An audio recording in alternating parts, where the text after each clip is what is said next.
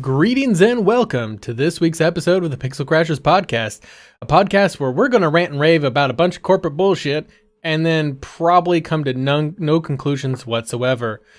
I am Angelus de Mortiel, joined once again by sometimes glorious Kev. Praise AMD! Xaiphen. Aww. No, I'm sad. By the way, I should note that it's Xaiphen here. It's no longer Xaiphen's mustache. He unfortunately got rid of it. Praise Gavin. Praise Gavin that the porn stash is gone. We are also joined by NightRose as well. Yo. There we go. Now I got rid of that ad. Yeah, ads are annoying. But welcome to the 21st century. Good God, I almost said 22nd century. I'm like, ooh. Apparently, I'm in the future. Not so fast. Apparently, that's the direction I'm going. Is Somebody wants 2077 now.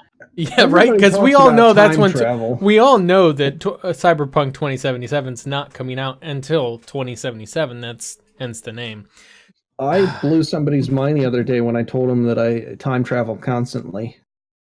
They're like, wait, what? It's like, yeah, I'm time traveling right now. I'm moving in only one direction. It's, standard speed.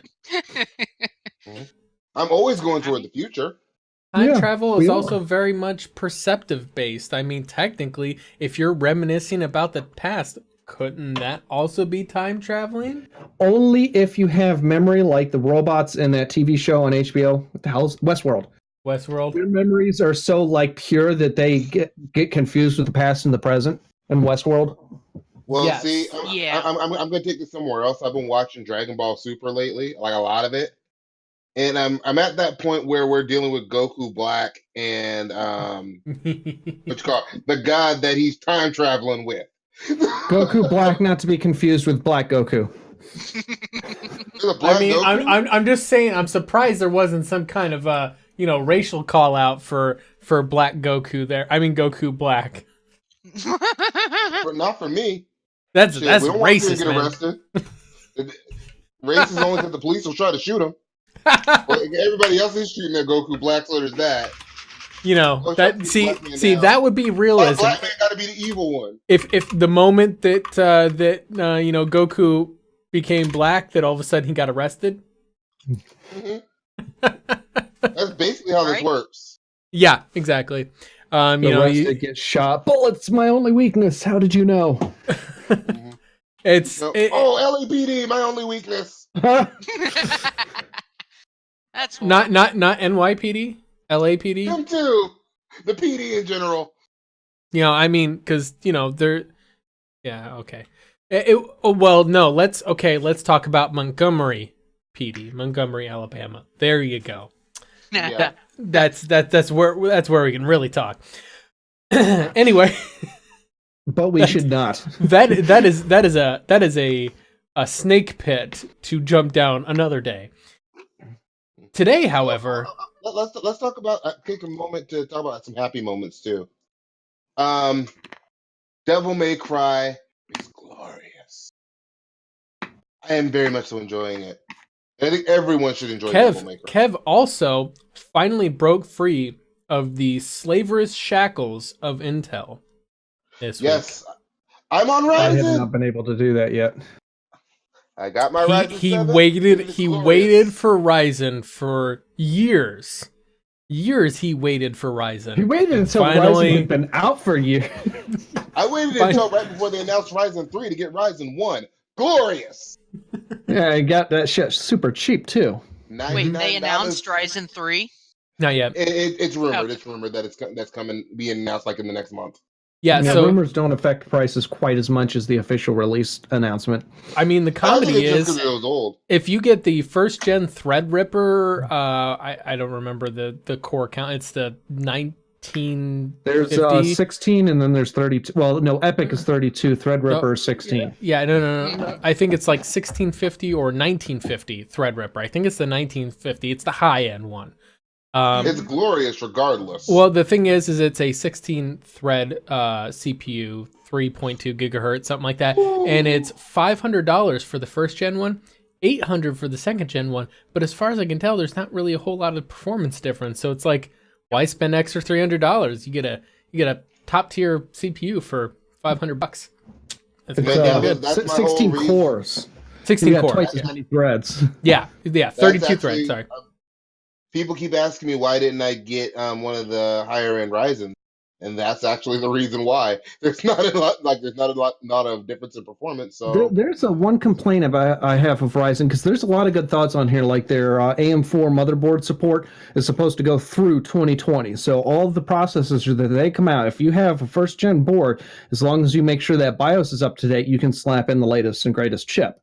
The problem with that, though, is say if you go get the latest generation processor, but go cheapsies and get the first generation board, you have to have, they don't allow headless updates. Like my Intel board, I was able to pull RAM and CPU, plug in a USB drive, and then load the BIOS update just from that USB without even a processor in it. Mm-hmm. That's what a headless update is. Now, AM4 does not support that. As far as I can tell, nobody built that in there. Well, instead, AMD has to waste money shipping you the cheapest available CPU that they have, and then they pay for you to ship that back to them once you load the update. That's curious. That's very inefficient. That's very cost inefficient, as opposed to just building into their firmware, to support headless updates. Yeah. I gotta imagine that was a goof up somewhere along the lines. Like, that seems like that, because all you need is a simple coprocessor failure, I'm sure, in there somewhere. Yeah, because all you need is a simple, like, essentially a coprocessor to mount the UEFI in order to do the update. I can't imagine. It doesn't even mount the UEFI. What? Like, it is completely headless. It does not mount any kind of anything. You know what it could be? It could be that Intel has the proprietary stuff to do that patented. Well, actually, they don't. Because, like, say, the 4th gen Intel, which is what I'm running now, when they went to the 4.5 gen, the Haswell refresh, required an update on there, and I had to deal with that. I did not do the update first. I thought it was up to date. I was wrong. So I was forced to do a headless update. Well, only certain higher-end motherboards supported headless updating, like Asus built in the support for headless update into the board that I have. However, if I had a cheaper Gigabyte board instead, I would not have had that option. Interesting. Yeah. So that was not Intel proprietary. That is, it was the board partner. Did that. But say if you have an Asus AM4, you don't have headless updates. It's not just Asus that has that, or somebody like that, because you would think that they'd be building that into Ryzen stuff too, but they don't. I mean, to be fair, it's not like the motherboards are really expensive, at least right now. But in the future, maybe the whatever X370 that I've got will be $50, so I could see it being an issue then. So, can I throw something out there that we were talking about before the podcast, and now I'm disappointed about? I cannot find these damn Anthem hoodies. That's because the BioWare store has been shut down. Can't buy into the corporate merch. Yeah, well, let's be honest on here. I mean, he's not the only one that bought into the corporate merch. Pinnacle, no, we're not getting on the Cyberpunk. We're gonna do that at the end just because of that. We gotta make sure you watch the entire stream. Yeah, like. Right. Yeah, don't you know he has a hot date? He can't be waiting for us. He gave you. He wants to get that story over with so he can leave. Yeah, that's exactly it. True story. Get fucked. So, needless to say, Kev, stop heckling our viewers. Thank you. In any case, no, we actually are going to be talking about Cyberpunk first because, I don't know, to me, it's the best story ever. I'm stoked for this game. Although that's not the Cyberpunk story. Apparently, I clicked off of it when I wasn't paying attention. Don't mind that story. We'll get to that later. You guys are back! I lost you for a few. Oh, that's why she was so quiet about me making jokes about her Andromeda shirt. Woo, Andromeda! It sucks. I still enjoy Andromeda multiplayer. Mm-hmm. I don't want nothing to do with that single player. I've never played the single player. Go me. Yay. I played it. It was very disappointing.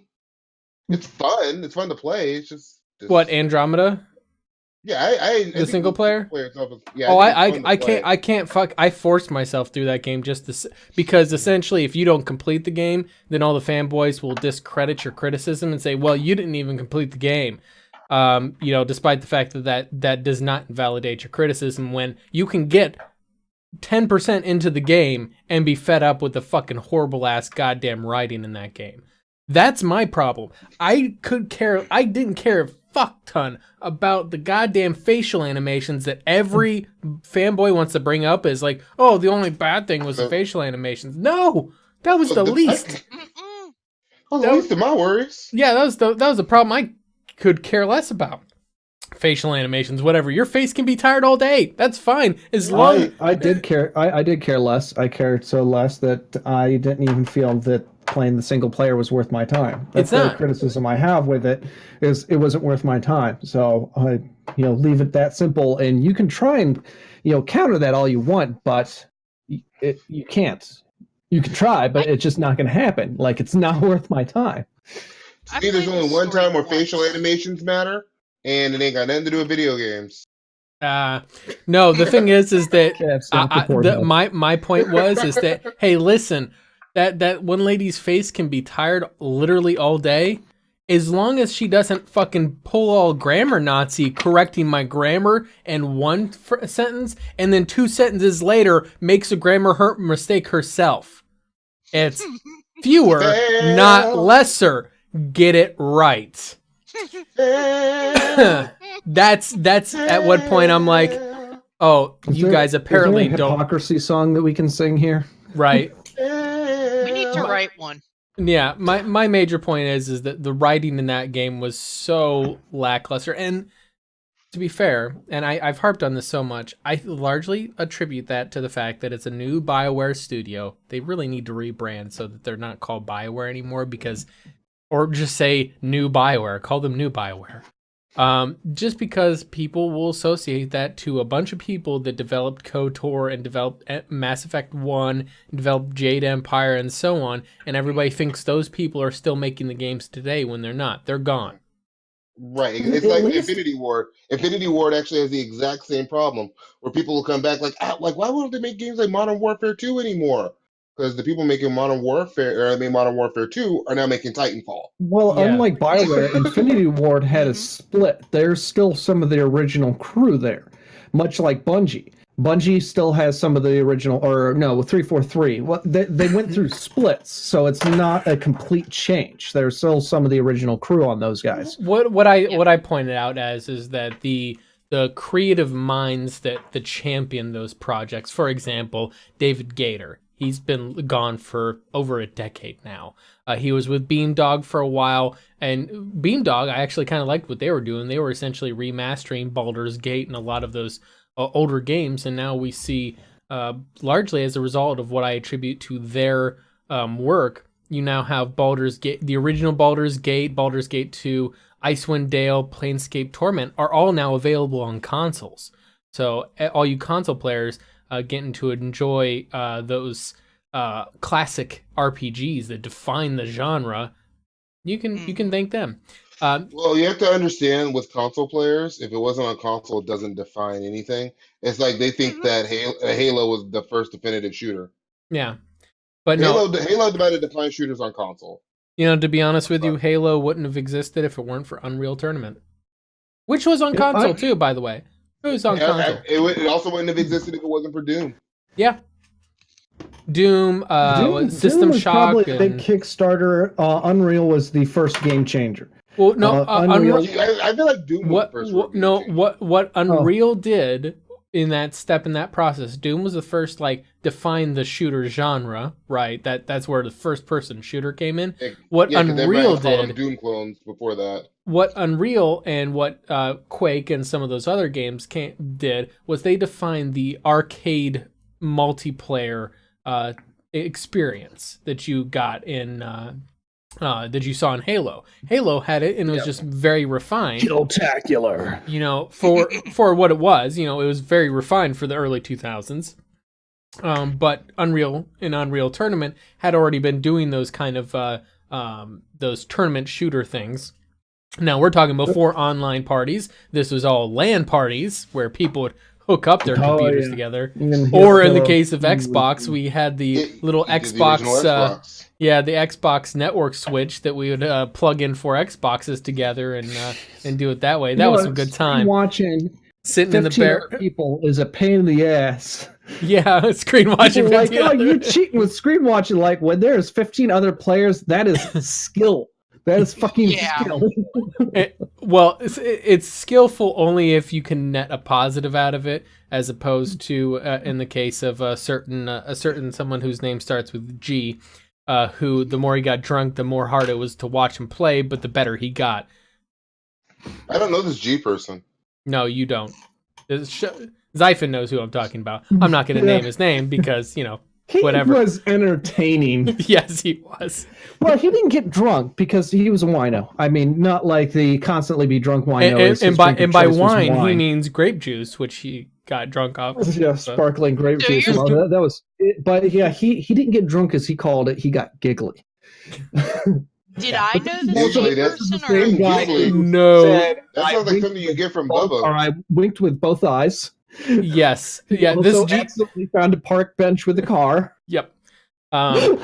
Leaning out of the Humvee, screaming, "I'm drunk!" And it's like, no, you're that's sparkling grape juice. No, none of you guys know this. This person predates the Pixel Crashers. Predates a lot of stuff. This goes back, Xaiphen and I, way far. This was in the ancient history, even before I got involved in comeback one-liners were glorious. Like Halo or Halo 2, I was talking about trying to be more camouflaged. I try and change my color to brown or green or gray or something like that to be more camouflaged. Like, I wish I could just change that bright gold visor. That's the only thing that's making me stick out. And he pops in with, well, I change the color of that all the time. It's like, wait, what? And of course, I fall for this trap. Like, what do you mean? It's like, bam, headshot. Now I changed it to red. It's camouflage now. I'm so lost. Yeah. Those were the lines that made it play with him glorious. We're reminiscing about our ancient LAN parties playing Halo and Halo 2 particularly. That's where we spent a lot of the time of it on. Oh, I caught that.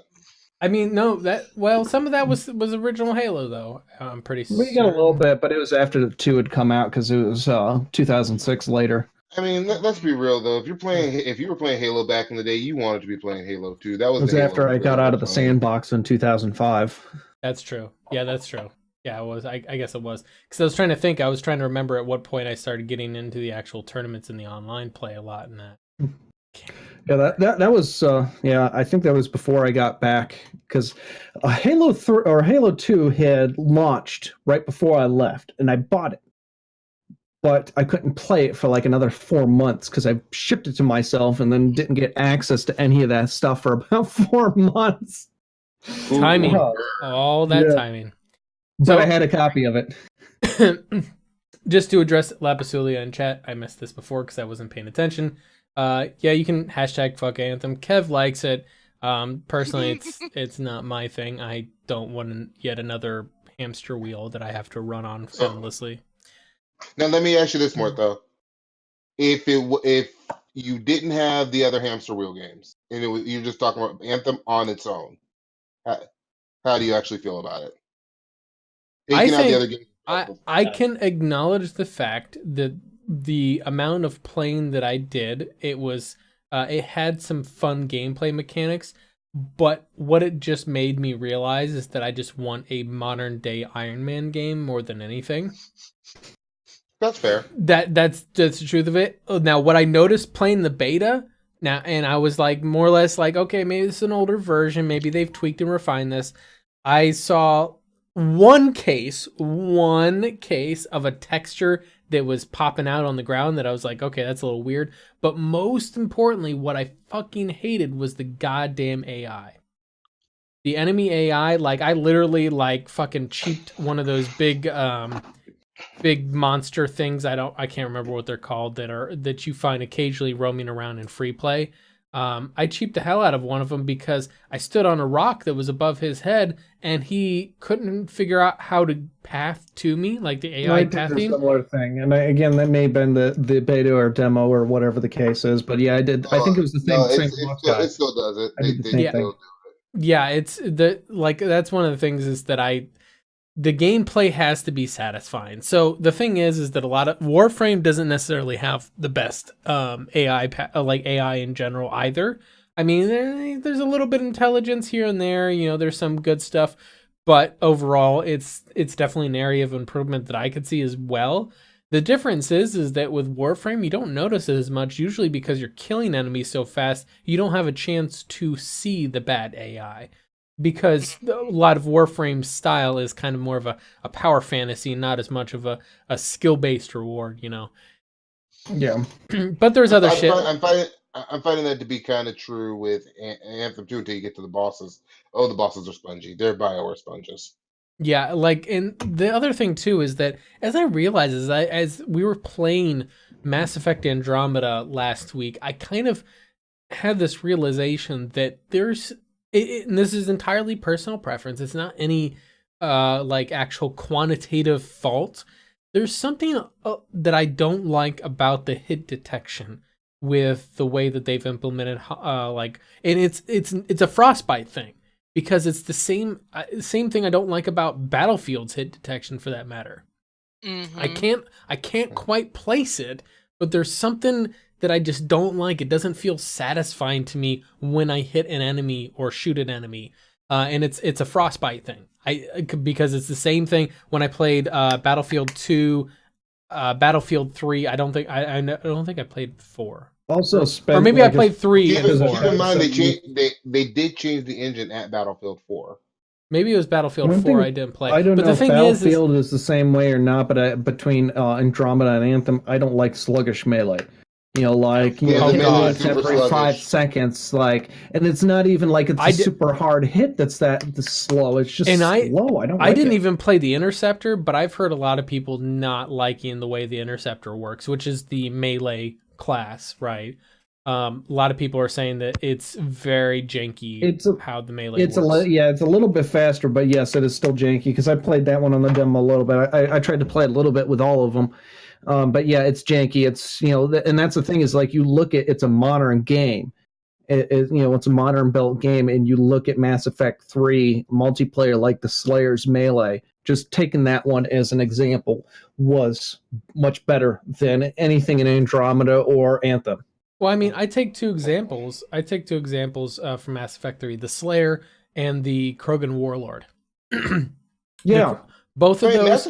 Mass Effect 3 melee combat in general was better. I won't take away from that. And I miss my overcover takedowns. Yeah, but the thing is, now on one hand, in Andromeda, I actually kind of give props to him on one hand, because while they took away the overcover grabs, I don't feel like they needed to do that. I feel like they could have kept that in. But whatever the case is, they were trying to get away from the whole cover shooter thing. But the problem is they never committed to it. So they still had some of these cover mechanics, and there was still you couldn't really dodge anything. And this is something apparently that I'm hearing that I didn't notice it as much, but I still notice a lot of people talking about the perfect aim syndrome, where all of the enemies have this deadly perfect accurate aim. You can be jumping up, flying around, dodging whatever, and they still hit you dead on every fucking time. And it's no, that's not realistic. I was looking at a lot of metagame tactics was to build or evasion damage resistance. Yeah, like the Juggernaut could have a 300-point damage reduction while evading. Yeah, that's so my Turian. My Turian attack chopper also it gets a damage resistance buff while it's hovering. Yeah, well, this one has similar features to that, but it also stacks on top of all the damage resistance that it had before. But any of those that instead of using evasion as an actual evasion, it's a way to buff damage resistance. As far as metagame players. Yeah, which to me is a little that's the part that I'm a little bugged about it. I mean, the hit detection was my main thing that just didn't feel right. It's not as satisfying to me. And that was something I felt in Anthem, like where I'm shooting an enemy and I'm just like, I just don't really feel like satisfaction from this. And to be fair, honestly, Warframe doesn't always really give me a lot of that either. I don't get a lot of satisfaction from the hit detection with guns. Not at all. That was it depends on the weapon. When you're starting to get the precision weapons, it's a lot more interesting where you say, well, if you have a specialty weapon, if it's something that makes a big boom or is precise, like you get a bow, a sniper, or like the fucking Spartan laser, I mean the Opticore in there, those are satisfying. It's the bows that like pin enemies to the wall or decapitate them or other fun stuff like that. But your general assault rifle is just like meh. Like, that was one of my big problems with Warframe too. Like how I always said I didn't like the combat. It was like the guns just don't feel good. Yeah, the shotguns feel good. The shotguns feel really good. Yeah. So outside of that, nah. That's why it's more or less your basic rifles, your basic automatics. Those are the ones that are just very meh. Like, who is it? Jurassic Jeremy wasn't liking it for a while until he picked up a bow, and it's like, this is a lot more fun now. Yeah. I had a bow staff, and those didn't. I'm like, how am I beating you with a stick, going all Donatello on your ass, and not being satisfied? Yeah, and the thing is that this is I don't want to generalize it that all of the combat doesn't feel right in these games. Like, and the funny thing about it, what Anthem I think did right, the one they got that was pretty good. I think there's some faults there, but was the storm, because you notice it, every fucking person you see streaming and playing the game is always playing the fucking storm.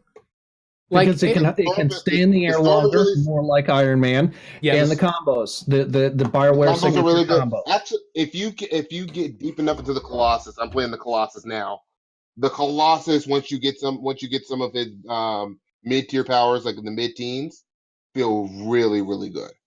Well, he's very satisfying to play. Yeah, the Ranger, and I played with the Ranger a lot in the betas and demos. Really, it was hard because he's really generic. He's really generic, but it was also really hard because I was having performance issues. I may be more interested in picking up this game when they add a significant amount of variety into there, because the gameplay loop, the combat interaction, team synergy, it's pretty much of like, well, everyone's a storm if they want to have fun with it. Yeah, and the problem that actually, comes into with the Colossus, but I thought that I feel that way too.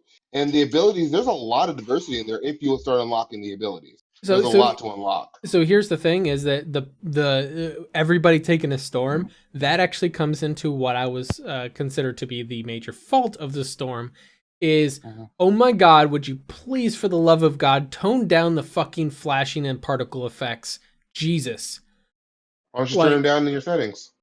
No, you can't turn it down. Like there's no, there's like the flashes. Like all the different flashes from his abilities. Like the same stuff you were complaining about last week with I forget which one it was. It was the kineticist. The kineticist who when they power up and it's just like flash, flash, and I'm like, God, I'm having a fucking seizure here. Because it's like our seizures. Apparently, but no, that's the thing is that, and I've seen other, like I saw this and I agree with this, and I saw other people mentioning this as well, that when they're in a party with like two like storms or something like that, just the flashes from all the powers going off, you can't tell what the fuck is going on. You can't see. They put up that seizure warning in the beginning of the game. They want to make sure they fulfill it. Yeah, right. No, I know better because I've been like, this is not a threat; it's a promise. Yeah, you see fire everywhere. You just standing there, nothing going on. I'm shooting my gun. Next thing you know, firewall. Yeah.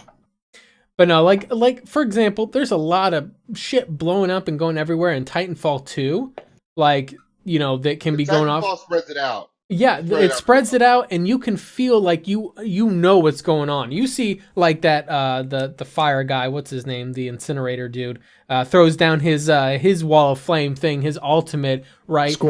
Scorch, that's the one. Scorch, yeah. You see Scorch throw down his flame wall or whatever. Yeah, it's pretty. It definitely feels powerful, but it's not taking up the whole fucking screen. It's staying low. It's staying on the ground. You see someone throwing out a rocket barrage. I think there's a couple of them that have different forms of a rocket barrage of some sort in Titanfall. Yeah, there's shit blown up everywhere. But because they're small projectiles that have just a small explosion on the end, overall the amount of visual feedback that other players are getting is relatively inconsequential. That's how you do it right from a graphical angle. You want to make sure that these big, you want them to feel good. And I get that.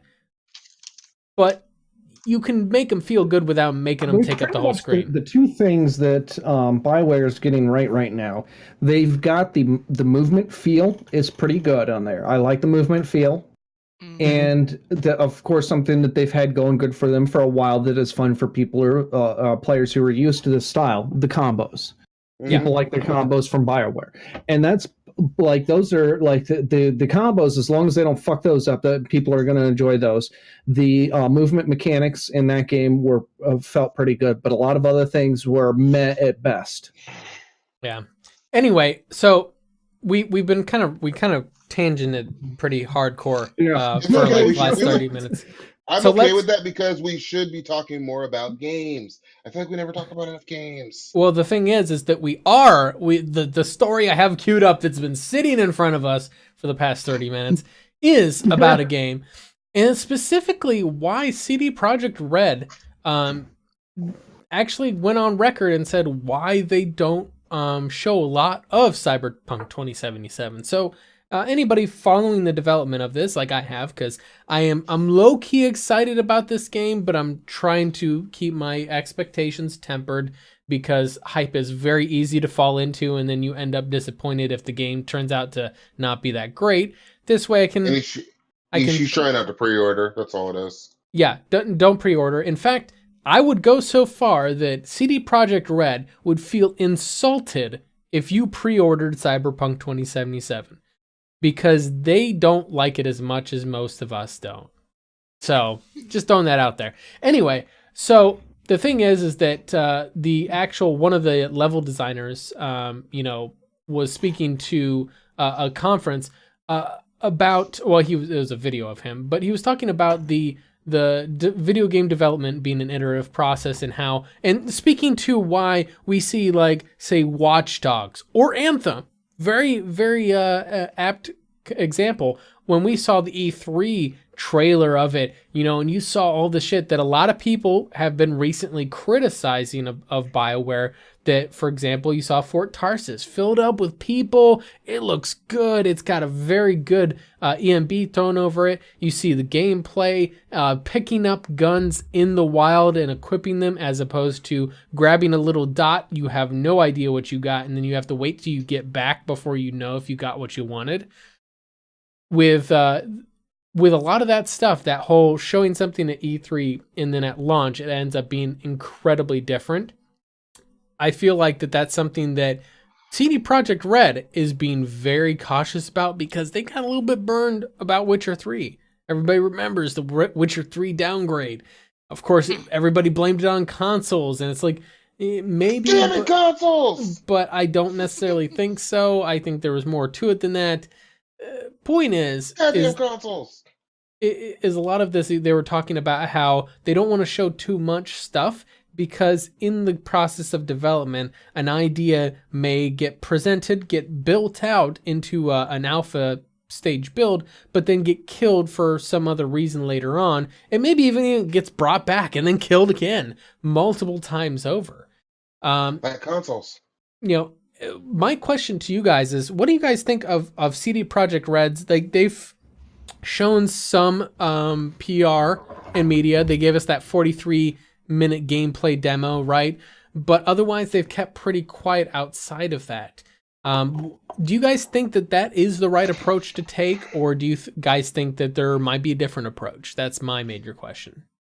I think there's a different approach to it. I really like how Bethesda actually started doing things like after Fallout 4, where they kind of announced it about a few months before that, and they show you what the game actually looks like. Like I don't need to see it and know about it 3, 4, 5 years in advance.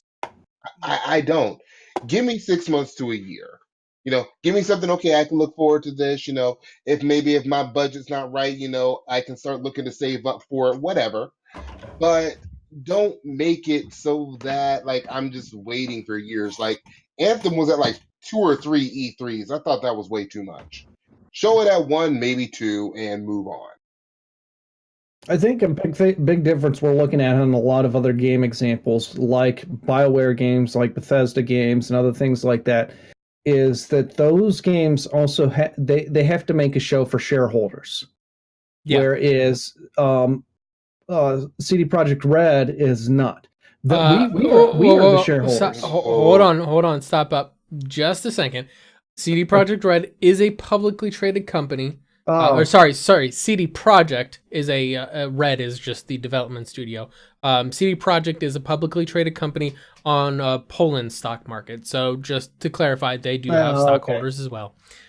Mm-hmm. I was under a misimpression on that then. Yeah. Then that's probably the case on why they're showcasing it so early, is it's not just, it's to more or less show, it might be to show their shareholders that players are interested and willing to buy. But they're a little bit more hesitant than other people to show things that are too unfinished, because they still care about disappointing the players. Where shareholders don't give a damn. They're just like, give me the They're loot. like, will this make money? And they're like, well, we'll tease the buyers. Look at their reaction. All right, this is worth buying shares into. Whereas like the players, they don't want, they got to do this tiptoe balance dance, where they want to show the players, get them interested, but not show them shit that they're not going to put out. What's funny though is I think like when you're starting to hear about people backing out of things like E3 and backing out of doing a lot of the advertisement that we've been seeing for the past few years, is that changing? With EA saying they're not going to do their press conference at E3 time this year, Sony's backing out.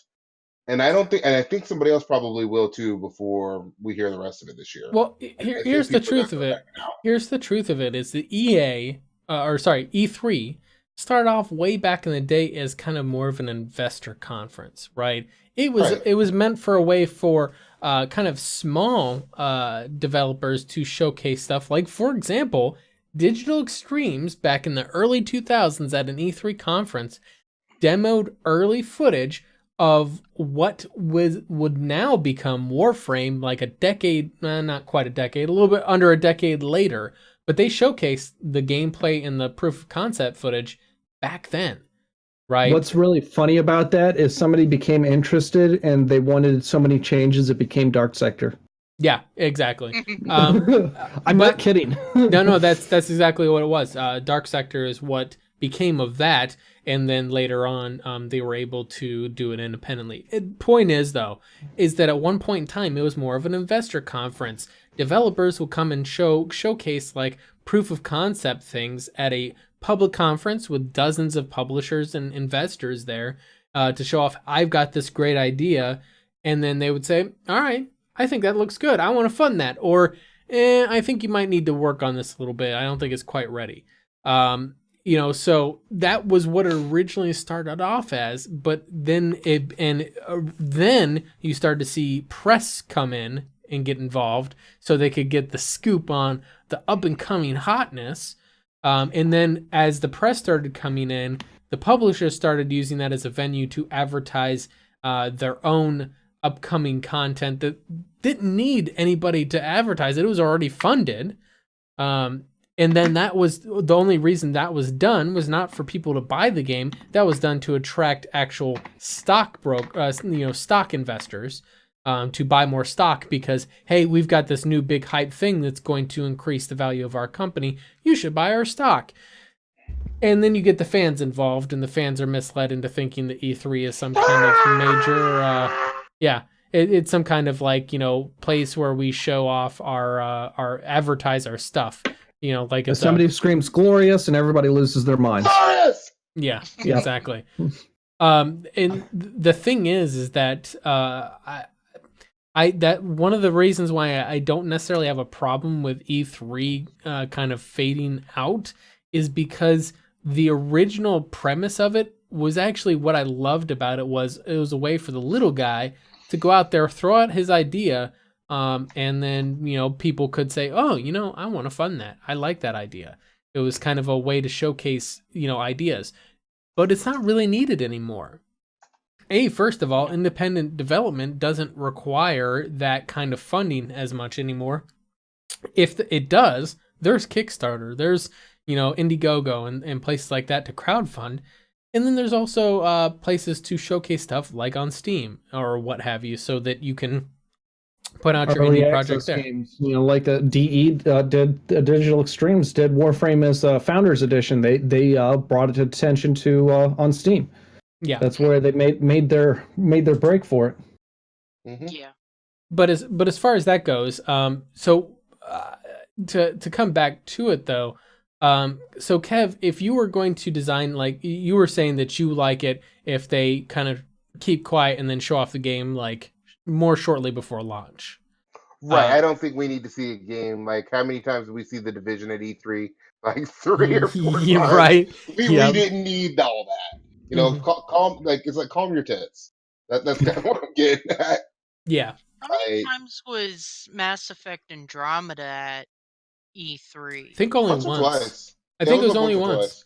It was E3. I want to say 2013. So they had a thing where they for an N7 day, not an E3, an N7 day, they showed off some concept art, and that's where they kind of shared some of their early ideas of what they wanted the game to be, and that was obviously at that time many changes occurred. In fact, probably a full reboot of the project occurred after that point. That's where people talk about the exploration of Andromeda. I'm like, there is no exploration in Andromeda. It's pretty well on the rails. It's the Helios sector, I thought. Yeah, whatever it is. My point is that what they were wanting is this unknown. You're just thrown into an unknown area, and you kind of go and you have to explore, chart, that sort of thing. When we say chart new worlds, charting new worlds means that you are mapping them. You have to scan the world, see what land masses there are,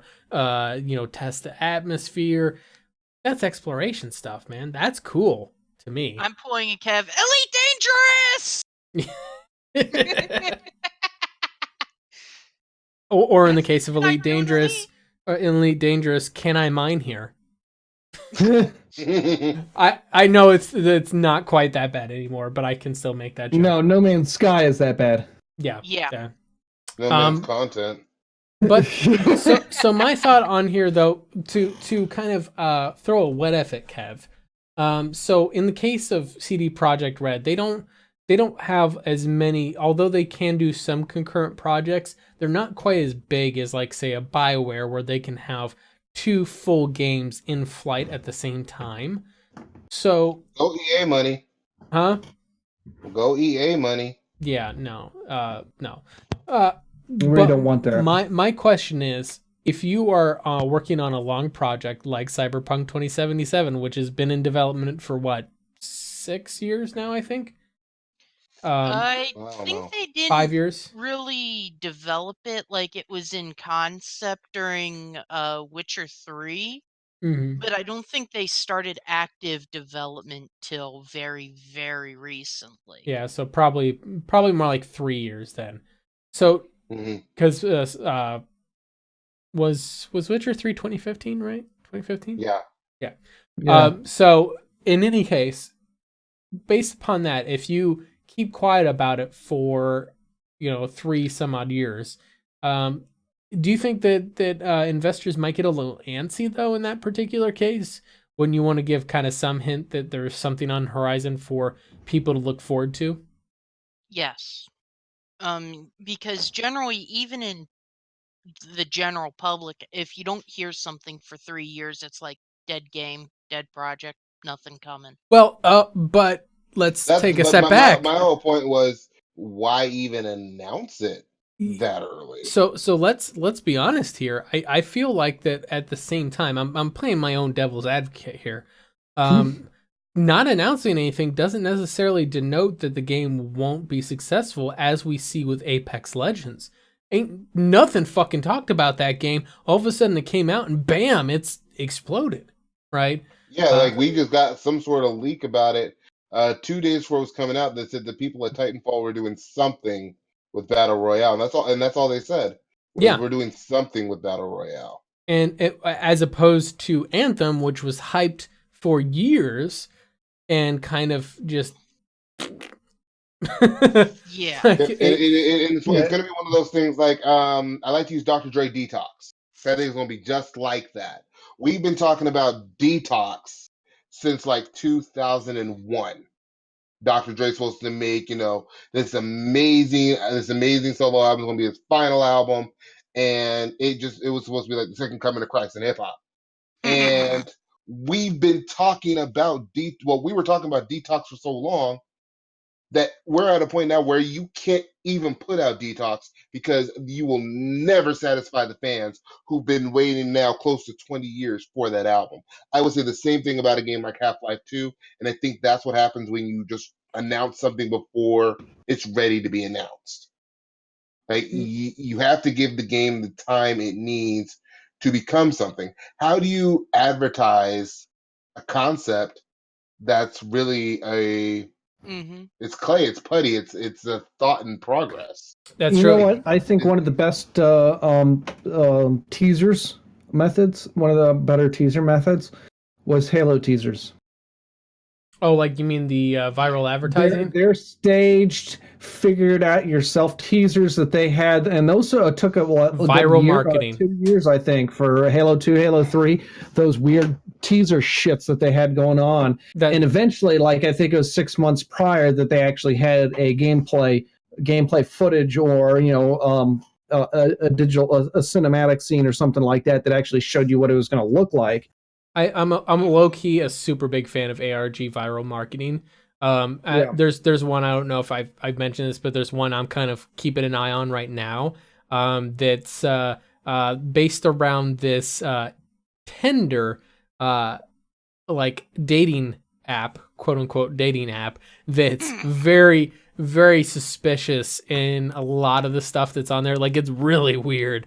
But like when you actually look into Tinder, the dating app, is actually owned by Platinum Games. Or not Platinum Games, Paradox Entertainment. And Paradox Entertainment not long ago acquired White Wolf, which those of you who are not tabletop RPG fans might not recognize the name White Wolf as the people who own, among other things, the properties of Vampire the Masquerade. That lines up very much into place with a lot of the weird, kind of slightly creepy questions that you get asked in that Tinder app, such as, what is your blood type? When was the last time you've gotten blood drawn? Like things that are like, what? That's like that's something that is especially for games, something that is an interactive form of entertainment where they get creative with advertising. Obviously, a good way to start it off is not quite so clever. It's like, hey, we're working on another game, or this is the title of the next game we're working on. We got a functional title, and don't really let go any more than that, and then start getting into the clever advertising that you trickle out. Up to the point that you're ready to put out a more, a tangible demonstration. The thing is that I don't think a lot of information's even come out about said game that might or might not be in development. We just have this viral app, and the hints that we've gotten lead to either some kind of Vampire the Masquerade sequel to Bloodlines, or a remake of Bloodlines. I kind of would hope it would be a sequel and actually would do its own thing, but that's my own personal preference. There's recently a live stream that went up on Paradox's channel that was just literally like some kind of video, like looping video of like a bay. Like you were just looking at like a oceanfront water coming in and out of a nighttime dock area.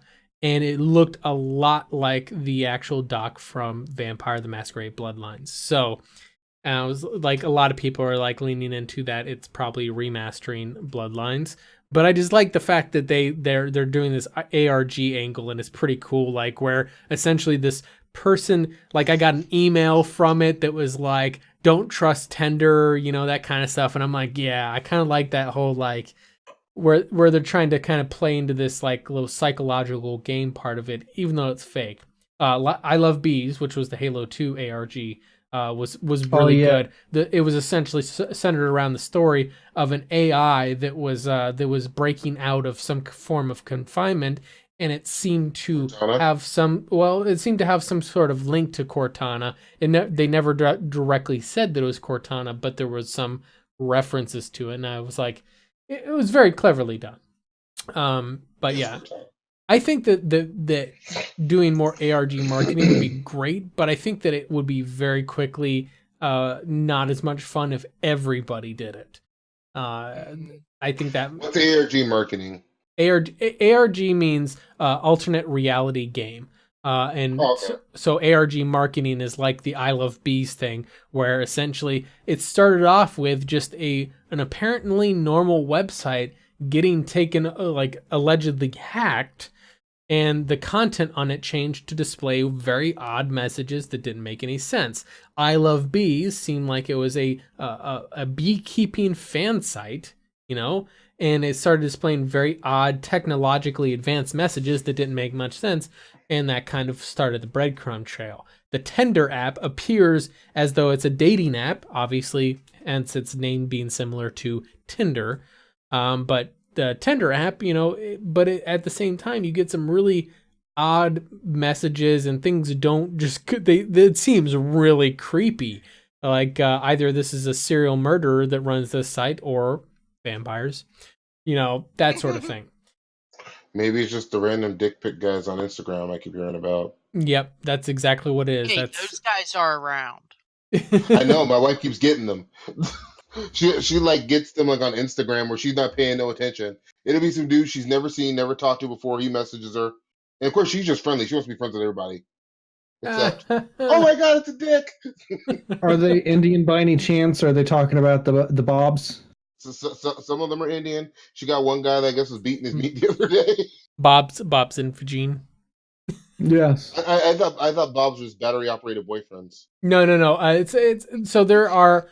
And while it's a bit of a racial stereotype, it is pretty accurate because this is, it was essentially you would go online and anytime a chick would post up a photo of herself that might in any way be conceived as suggestive, you would see a lot of gentlemen who were of primarily the Indian persuasion who had very broken English, would be more or less saying they wanted to see her boobs.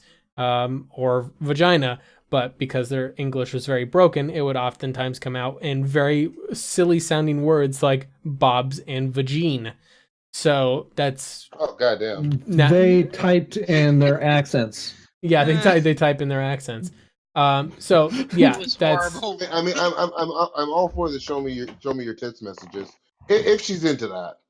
Yeah. But it didn't even there was not complete sentences. It like some of the screenshots I've seen are just like, open Bob's. Bob's, please. That was it. Open Bob's. Yeah. Open Bob's. That's my favorite. Bob's and vagine. It was like, that was it. It was just, a bunch of nouns and maybe an and in there, question mark, maybe not a question mark. Yep. Hey, I can't help him there. That just means that he got to find something else to fap to tonight. Yep, exactly. No, but in any case... You got to know what to ask for. In any case, there are some people out there that don't even have to say that because, they make such a crazy amount of money that they don't need to actually ask for anything. People just give them whatever they want. Which segues... Yeah, but that's how they get like 8 baby mamas. Yeah, or you can just pay them off. Or they end up like Kobe. Like we were Kobe in 04. Well, the thing is you just pay off whoever it is, and then they disappear. That is the summary of how to properly be a highly paid executive. No, I mean it didn't work for Trump because she's still talking. Segueing into our actual story about this, however, this is an older story. This is about a week and a half old, so it's about 10 days old or so. So it is a little bit older on here, but it's something I did want to talk about because, there's a couple of different areas where this is not even, the sinisterness of this report isn't even as bad as some areas it's being reported. And in some cases, other areas are being overblown. So it's kind of good to baseline a lot of stuff on here. So essentially, both the CEOs of Activision Blizzard, I feel like I have to note that in there carefully so people know that Blizzard is half of the Activision Blizzard company. So by the way, all you Blizzard fans, that to get fanboys in their feels. I know. Like people like to pretend like Blizzard is a different company. It's not. In any case, the Activision Blizzard CEO and the EA CEO were both on this list of the most overpaid CEOs of 2019. Hashtag fire Bobby Kotick. Yeah, so Koenig and Andrew Wilson. Now, Wilson, I'm sorry. Wilson's going to be on my shit list forever because he was the founder, the creator, the popularizer of the modern day card-based loot box. Yeah. So, sorry, Andrew Wilson can be on my shit list. We're going to get to the fact of that's part of the reason why he's paid so much. Now, Kotick is actually paid more than Andrew Wilson. He's getting paid.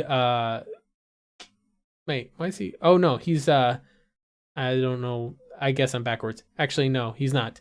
Wilson's paid about $35 million in his salary, and Kotick is paid a little bit over $28 million. Fire both them motherfuckers. Which, guys, I'm going to leave. I need to go find one of them. Yeah. So the thing is with these guys is that is just their salary. That is not counting bonuses, which most people might notice that a CEO has a salary of like $400,000, which don't get me wrong, for us average Joes, that's a good salary.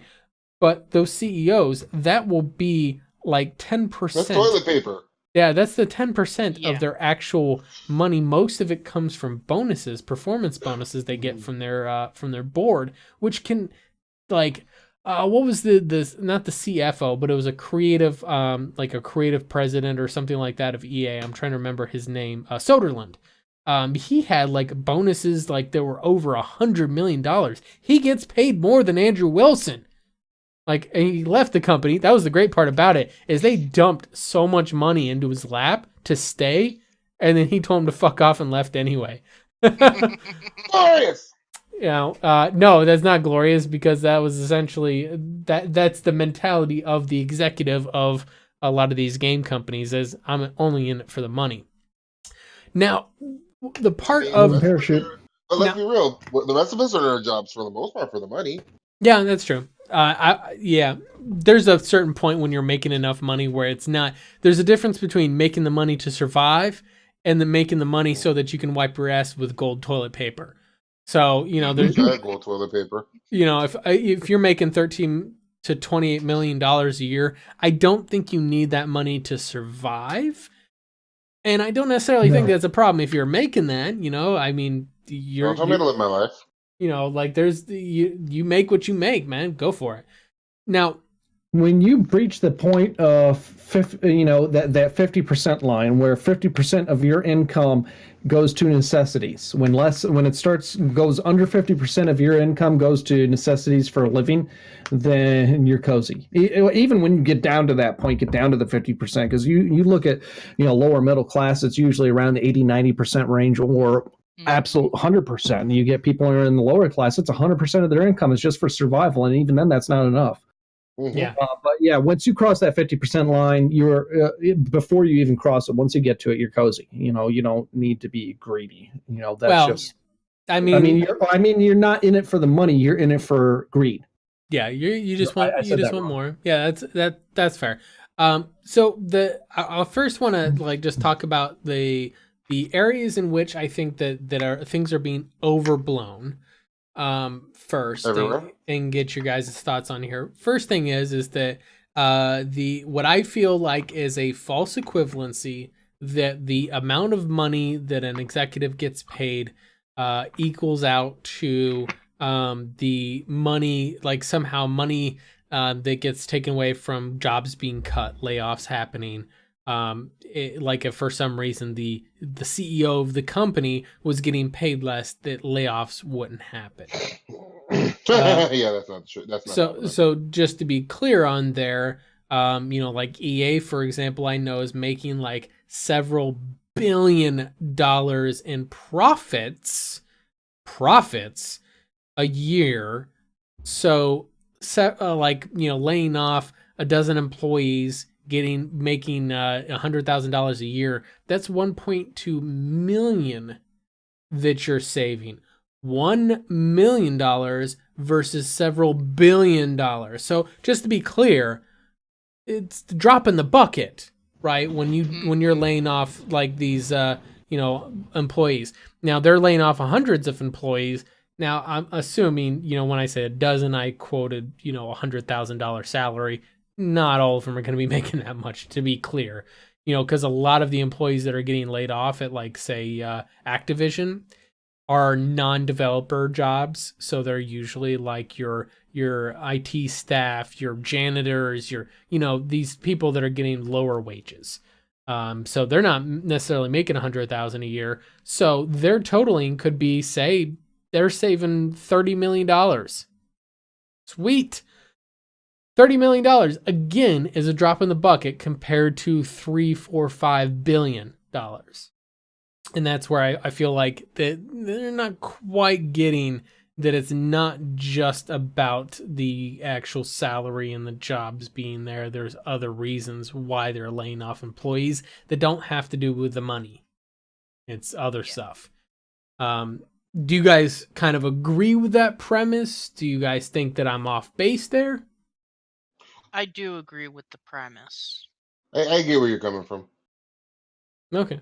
I think I made mention of this before, where there may have been rare case scenario, and the rare case scenario is only conditionally, or only very conditional, like where a said CEO, and not bonuses, but just their salary, they have donated to payroll to keep some people on because, say, they were looking at a future project where they knew that they were going to need those people. They may not need them now by look of things, but they knew they were going to need them in the future. But they needed to make money look good right now, so they donated, a portion of their salary only to lower employee payroll. But other than that, the thing is that has very, very limited effect. Yes, they are horribly overpaid, but they're very selective on their generosity, to make it look like they're better than they are. And then, of course, they can also write off that generosity in taxes, too. Yeah. Well, I think in some of it, too, I kind of feel that a part of it may be the case of if the company would be in dire straits.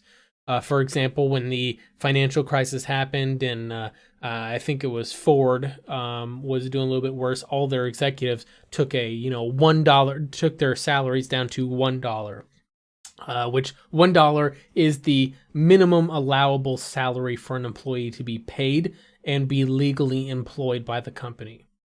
So they have to take a $1 salary at least. Now, the thing is that those executives, again, weren't starving, because while their salaries went down to $1, they were still getting bonuses, they were still getting stock options, etc. So it wasn't like they had already been set. So they weren't like dying, right?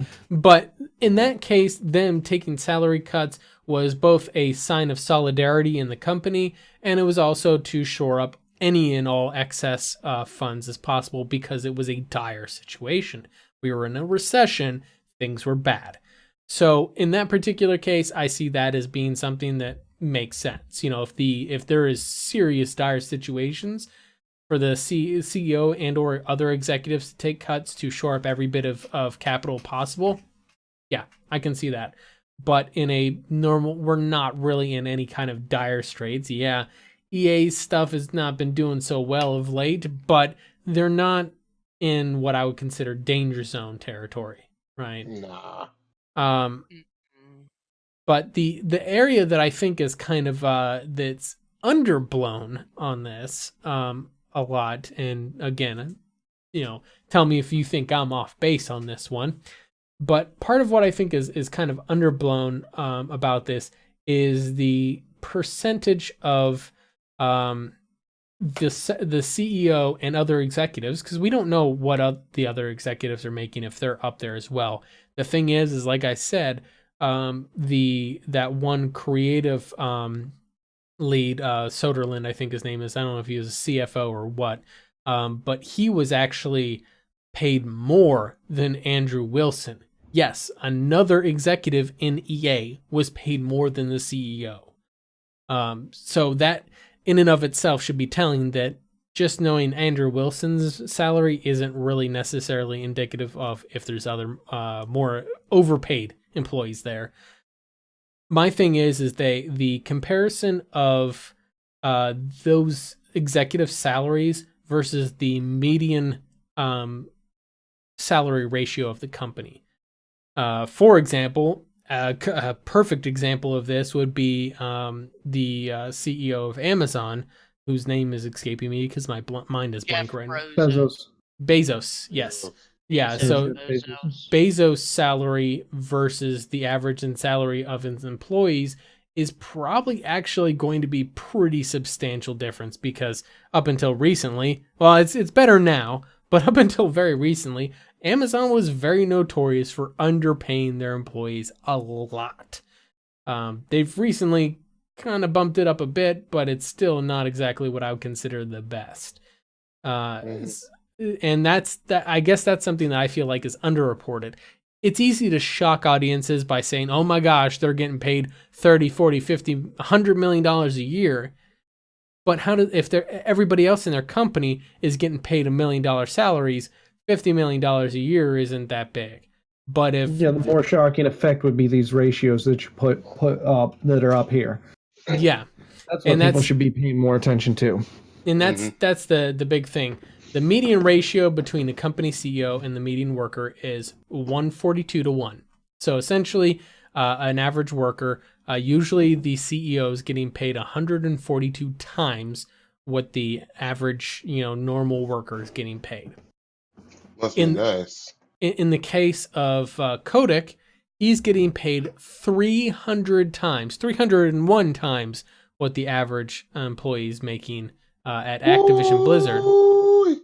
And Wilson is getting paid 371 times as much as the average worker. So, yeah. And that's the thing that I feel like is a little bit underreported in a lot of this. People focus on the actual dollar values, and I'm like, no. And again, going back to it, there is a reason why the CEOs get paid so much damn money. From what I remember, Kotick was the one that kind of set things in motion for Call of Duty to become the franchise that it is today.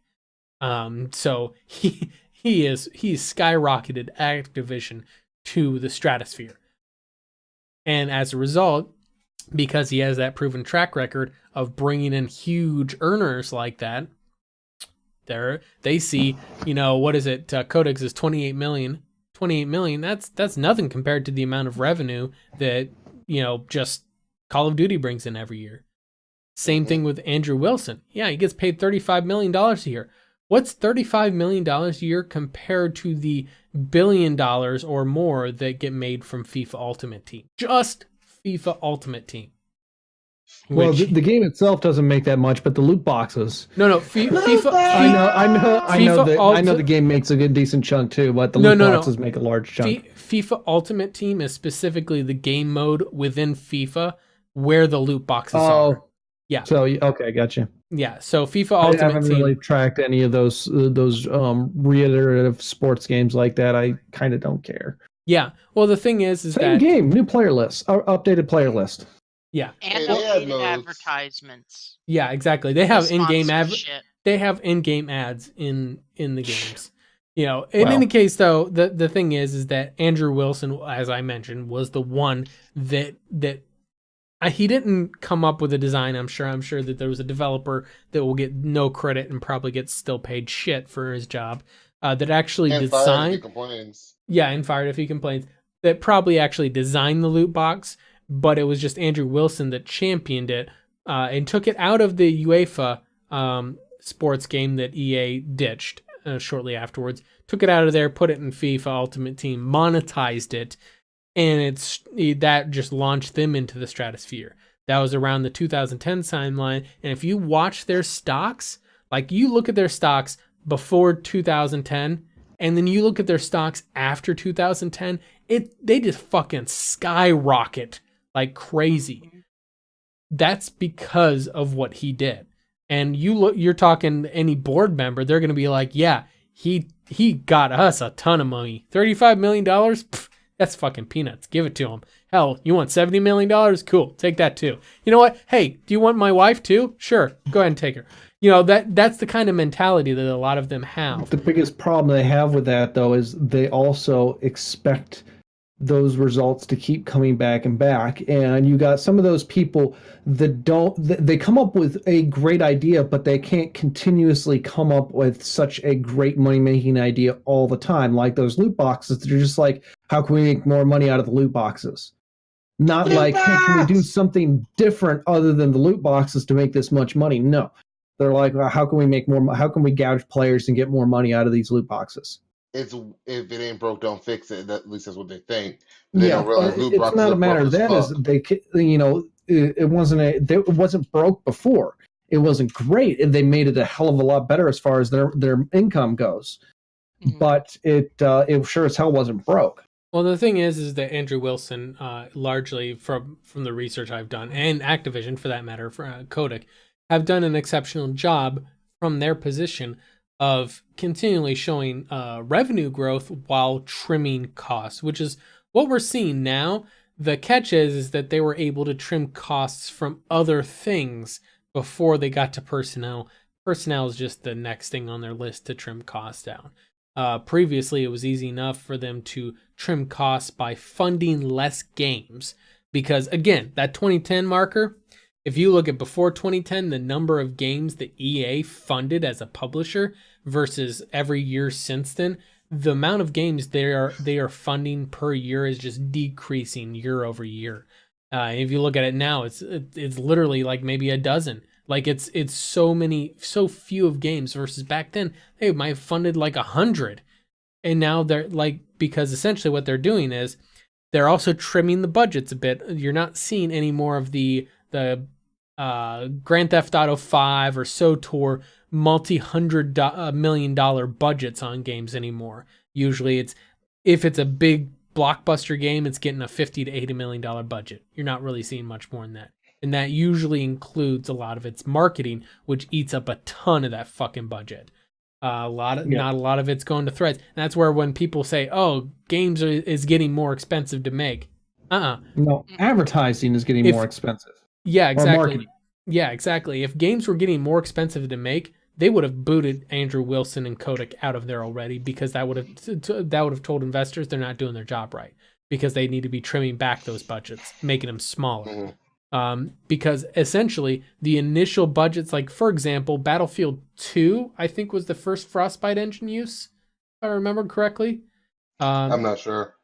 If it was, then I may be incorrect on that one. But if that would be the game in the Battlefield series that would have the most R&D expense for developing that engine. Every year after that, the R&D cost should go down, because they're not having to develop a whole new engine for the game. They should be able to piece together a game more efficiently. So every year, the budget should be decreasing as they make the process more efficient to make subsequent games. That's also the reason why live service games are so popular, because they develop one game, one-time development cost, and then a trickle of development cost over time. I think we talked about that last podcast. Yeah, we did. Yeah. I'm trying to find a way to shout loot box and make it appropriate. Yeah. Anytime I say Wilson, just say loot box. Loot box! There we go. But yeah, so I don't know. I personally think that okay, yes, they're overpaid as the ratio to their mean employees, to their, like, the average cost of their employees. But can I understand why they're paid that much? Yeah, they've made their shareholders loot rich. box money. Yeah, that loot box Skrilla. So, moral of the story: if you are outraged, if you find yourself in a situation where you are outraged by how much money that Andrew Wilson or Bobby Kotick is making, stop fucking buying EA and Activision games. Problem solved. No more Mass Effect, no more Dragon Age, no more Anthem. Yeah, people unfortunately have too much of a tie into nostalgia and will keep buying that shit no matter what. Yeah. Good times. Now, as there is no easy way to segue to this next story, and we're about to go from the gutter down into the sewer. This is the reason why we saved it for last. Leave Master Splinter alone. There is, you can't segue this. You just no. So I'm gonna refuse to make a joke on that. Yeah. So no Vaseline. We go in and dry. So here's the thing. There it is. This story is largely going to have to do with media reporting bias. We're not going to talk a whole lot about the game. I think we can all pretty well unequivocally say that the game was troll bait and it was disgusting. Easy enough. The point is that it was actually someone called it outrage bait. It was a game that was clearly designed to shock people. It was extra creepy. Yeah, it was clearly designed just to shock people. And the thing is that it was pretty much a given that Valve was going to. Now, the first thing, before I go too far along here, let's get something out of the way. This first story that you'll see in here, the latest Steam game to test Valve's laissez-faire policy. And essentially, what this story that you see up in front of you right now, that was written by Kotaku and mirrored by other news sources, was more or less about a game that was submitted to Valve for approval. It's waiting for approval as the time of this story being written. It had not been launched. Well, hold on. We're getting there. We're getting there, Kev.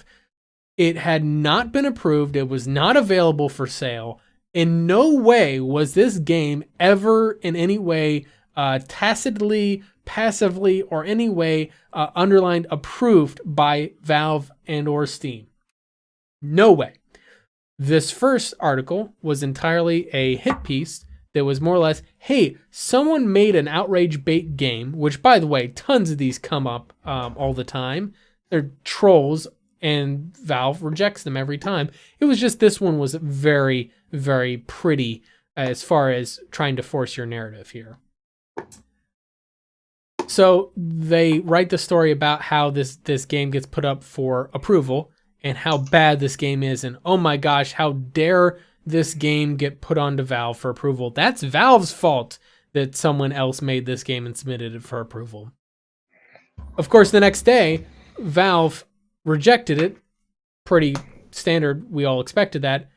But you know what? They're still in the wrong because they weren't clear enough in rejecting the game. They didn't say, no, we're not taking the game and burn in hell. See, something I was thinking on this is like, Valve, and they could have been, they had all the opportunity and probably could have very well got away with being as smart ass as they wanted to be with this shit. It's like, he responded with a meme, obvious troll is obvious, or, it's like, hey, Epic, we got another exclusive for you because nobody else wants to touch this shit. Like, you don't even have to pay for this exclusive because nobody wants to touch this shit. Oh, but God. They did not. They took a very, they were very restrained. They were very, restrained on the response to that. Because the people that were, their discussion behind closed doors about the shithole of that game. What the jokes that they probably wanted to publish for that, and they're like, no, we got to be pleasant. We're a public company. I don't mean like as far as stockroom goes. I mean just a publicly faced company. We're a company of public. Yeah, you just gotta be careful, of course. We gotta put on a public face for this, and they put out I thought it was a very, very on point and very calm to the narrative response to that. Yep. And people tried to twist that like, oh, it's all about the money, and like, no, read it again carefully, think about it. And when they say now, just to be clear, this was their actual statement, so we're clear on here, and we're quoting verbatim. So Eric Johnson from Valve wrote, much of our policy around what we distribute is and must be reactionary. We simply have to wait and see what comes to us via Steam Direct. That part of the quote was directly a stab at the article written by Kotaku, more or less saying, we're not going to tell people what they can and can't submit to us. We'll wait and see what comes to us and reject it or approve it as it comes. That's the right thing to do. That is exactly in response to this article, where this article was more or less saying, how dare Steam allow people to submit these types of games? Valve more or less said, we don't tell people what they can and can't submit, but we reserve the right to reject them. And in this particular case, he went on to say, we then have to make a judgment call about any risks this puts to Valve, our developer partners, and our customers. After significant fact-finding and discussion, we think that Rape Day poses unknown costs and risks and therefore won't be on Steam. And from a business perspective, what I think they're talking about when they say unknown costs, good God, if I can say that word, and risks, what they're talking about in that particular instance is they're talking about the fact that there may be, it's not necessarily that people are going to be offended by this game. They're worried that this may be something that helps normalize antisocial behavior, but because there is no scientific basis to this, there is no, they can't really say that there's any factual data to back them up. It's unknown. And that's, from my point of view, that was a very good statement on their part. It was what exactly needed to be said as calmly as possible without actually trying to antagonize anyone. Because like I said, they could have been entertainingly antagonizing about that. And some people like myself would have thought, hey, great for them. And I think, a game like this is a more direct challenge to, and the thing is this is not a hard denial policy. This is just a guideline of what we are absolutely going to, not let go. It's like trolls or illegal content. If it's obviously trolling or if it's obviously illegal, we're not going to allow it. But they didn't even say with that you can't send us that stuff. It's just going to be denied. So people like the developers of this game here, it's like, well, how far can we push that? Because it's not technically illegal. Now, it's rape. It's illegal. As a flip side to this, the game though, itself. As a flip side to this, I do want to get a different perspective on this because it's easy. I know some people agree with a lot of what I say on there. However, as far as what this article is trying to say, is talking about kind of Valve's not being very clear in their in a lot of their policies. I know that Rose, you, and Joe had both expressed frustration with Valve over their unclear policies on rejecting things. And do you have any thoughts to add to that part of it?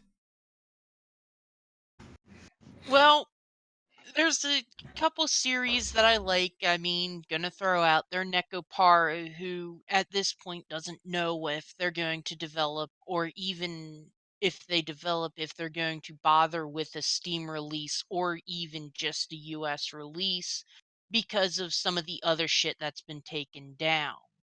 Mm-hmm. And it's just because they're like, we haven't been given clear guidelines onto what's legal and what's not, what you guys are tolerating. Now, for reference, this was in response to the Lolicon or the youngish anime characters that are specifically there to cater to, for lack of a better description, the pedophilia. Yeah, closet pedophiles, if you will. Yeah. Just for clarity on there, I think it was because it was originally my comment on there. So Steam had I think it was stuff that was released and then removed because it was essentially they were visual novels that some of the visual novels depicted very young-looking female characters that, by text, claim that they were 18 and older, but they were very clearly kind of depicted as younger. And then there was one where it was that was a little unclear, and I couldn't find hard evidence one way or another. Just the hearsay words from the actual developer himself claiming that he did nothing wrong. But supposedly that there was girls that were in high school, but you didn't really do anything with them or whatever. Don't have any facts on that one, but it was essentially my position was I can understand Valve wanting to just avoid anything that might even be vaguely assumed to be child pornography of any kind or pedophilia of any kind. But at the same time, I understand from a certain standpoint what you and Joe were saying, where having those clear guidelines sometimes does help. But I think that Valve deliberately tries to be vague because you have all of these publications writing articles like this all the time, which, by the way, this is just the latest in a series of what I consider to be hit pieces against Steam. A lot of the news, the gaming media out there has a fucking hard-on for Valve because Valve directly went and fucking smacked them all in the face with Valve's metaphorical penis, because they more or less, like, whenever everybody was like, oh, there's a bunch of nasty shit on Valve needs to curate their content like Origin does, which Origin, it's easy for them to curate. They can just mostly put their own shit on there. Yeah, it's easy to curate when you're only releasing your own shit. Yeah, but the stuff that they release that's not EA, for example, it's Ubisoft. It's heavily curated. It's only select items and so on. So it's more or less like they're not really a platform for everybody. And GOG also curates, to be clear. You won't find just everything on GOG. It's primarily older stuff that's established games from established developers, and then select newer items. It's not all newer items. Epic also curates their shit. They only get stuff, they only get games where they have paid the developers of those games millions of dollars in under the table bribes in order to get them on the store. Yes, I'm still going on this fuck EA or fuck Epic rant. Fuck yourself, Tim Sweeney. Fuck yourself, Epic Games. That said, anyway, that being said, that being said, I think there's they went out and made, like, Valve drew a line in the sand and said that no, we are not going to curate games. We're going to be an open marketplace. People sell what they want, so long as it's not illegal or obviously trolling. Kirby. That would fall under potentially the illegal, but the pedophilia thing, that would fall under the legal bounds, and that's the reason why they're just like, no, we're just staying away from all of this shit. We don't even want to go near it. Can we have people stop being creeps? Yeah, and that's where I think Rape Day also falls into the same category as it was like the potential legalities and stuff. We don't even want to go near it, and they were being very diplomatic in their response by saying that we feel like this poses unknown costs and risks, and they did go on to elaborate that they thought that they want to help facilitate developers expressing themselves. But that particular developer, what was it for? That was in Desk Clamp was the name of the studio. So inventive. Desk Clamp, they were essentially like that particular developer has chosen content matter and a way of representing it that makes it very difficult for Valve to help them out to do that. Essentially, if the game had rape as part of its story, that could be a shock factor, and it is in other games. I was talking about Fear 2, I think it was. Fear 2, at the end of the game, your male main character gets raped by that demon woman in Fear. Let's be real, though. Valve rapes us twice a year. Yeah. Summer sale, winter sale. But no, my point is that at the end of that game, your character gets very graphically fucking raped. But in that sense, that is part of the game's like underlying horror factor. It's meant in that game not as a cathartic, you're a sociopath that wants to express their rapist mentality through a game where you get to emulate that. No, that's what this guy was positing. The Desk Lamp developer was positing this as sociopaths are going to enjoy this. I'm like, no, that not really, because most sociopaths that I've had the ability to interact with actually prefer simulations that are more empathetic in nature, because that's things that they don't experience. So they kind of find that it's stimulating practice for them.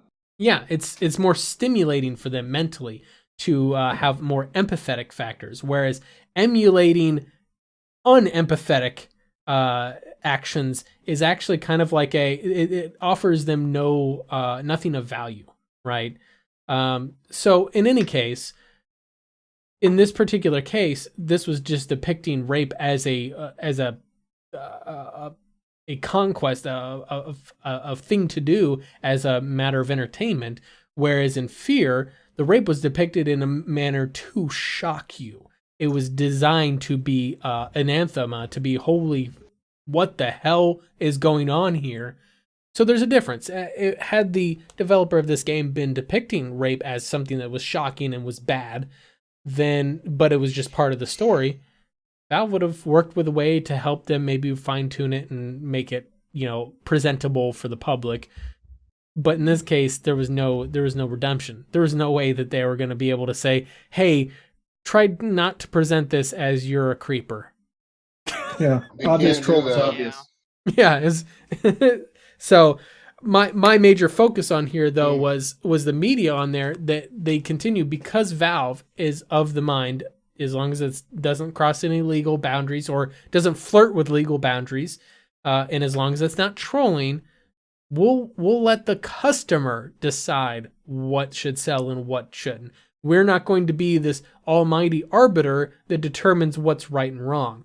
And unfortunately, a lot of the media in present day wants to dictate to people, to the masses, what they feel should be right and should be wrong, to the point. Well, and it's part of it is that. Yeah, go ahead. Oh, well, I was going to say, what I wonder is how much of this narrative is the media companies coming up on their own, and how much of it is fed from side-hand propaganda from Epic.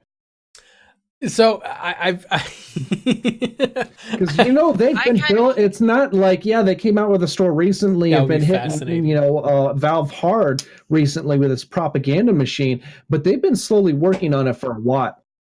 Yeah. Yeah, like that's where I'm like, oh man, the evil Steam monopoly. Yeah, like that's a fascinating. I feel like we just uncovered a serious conspiracy out here. No, I'm not a conspiracy theorist either, but like it's just one of those things. Like I wonder, like. And it's not one of those things that like Epic CEO went to Kotaku CEO and said, "Here, get your guys to write this up."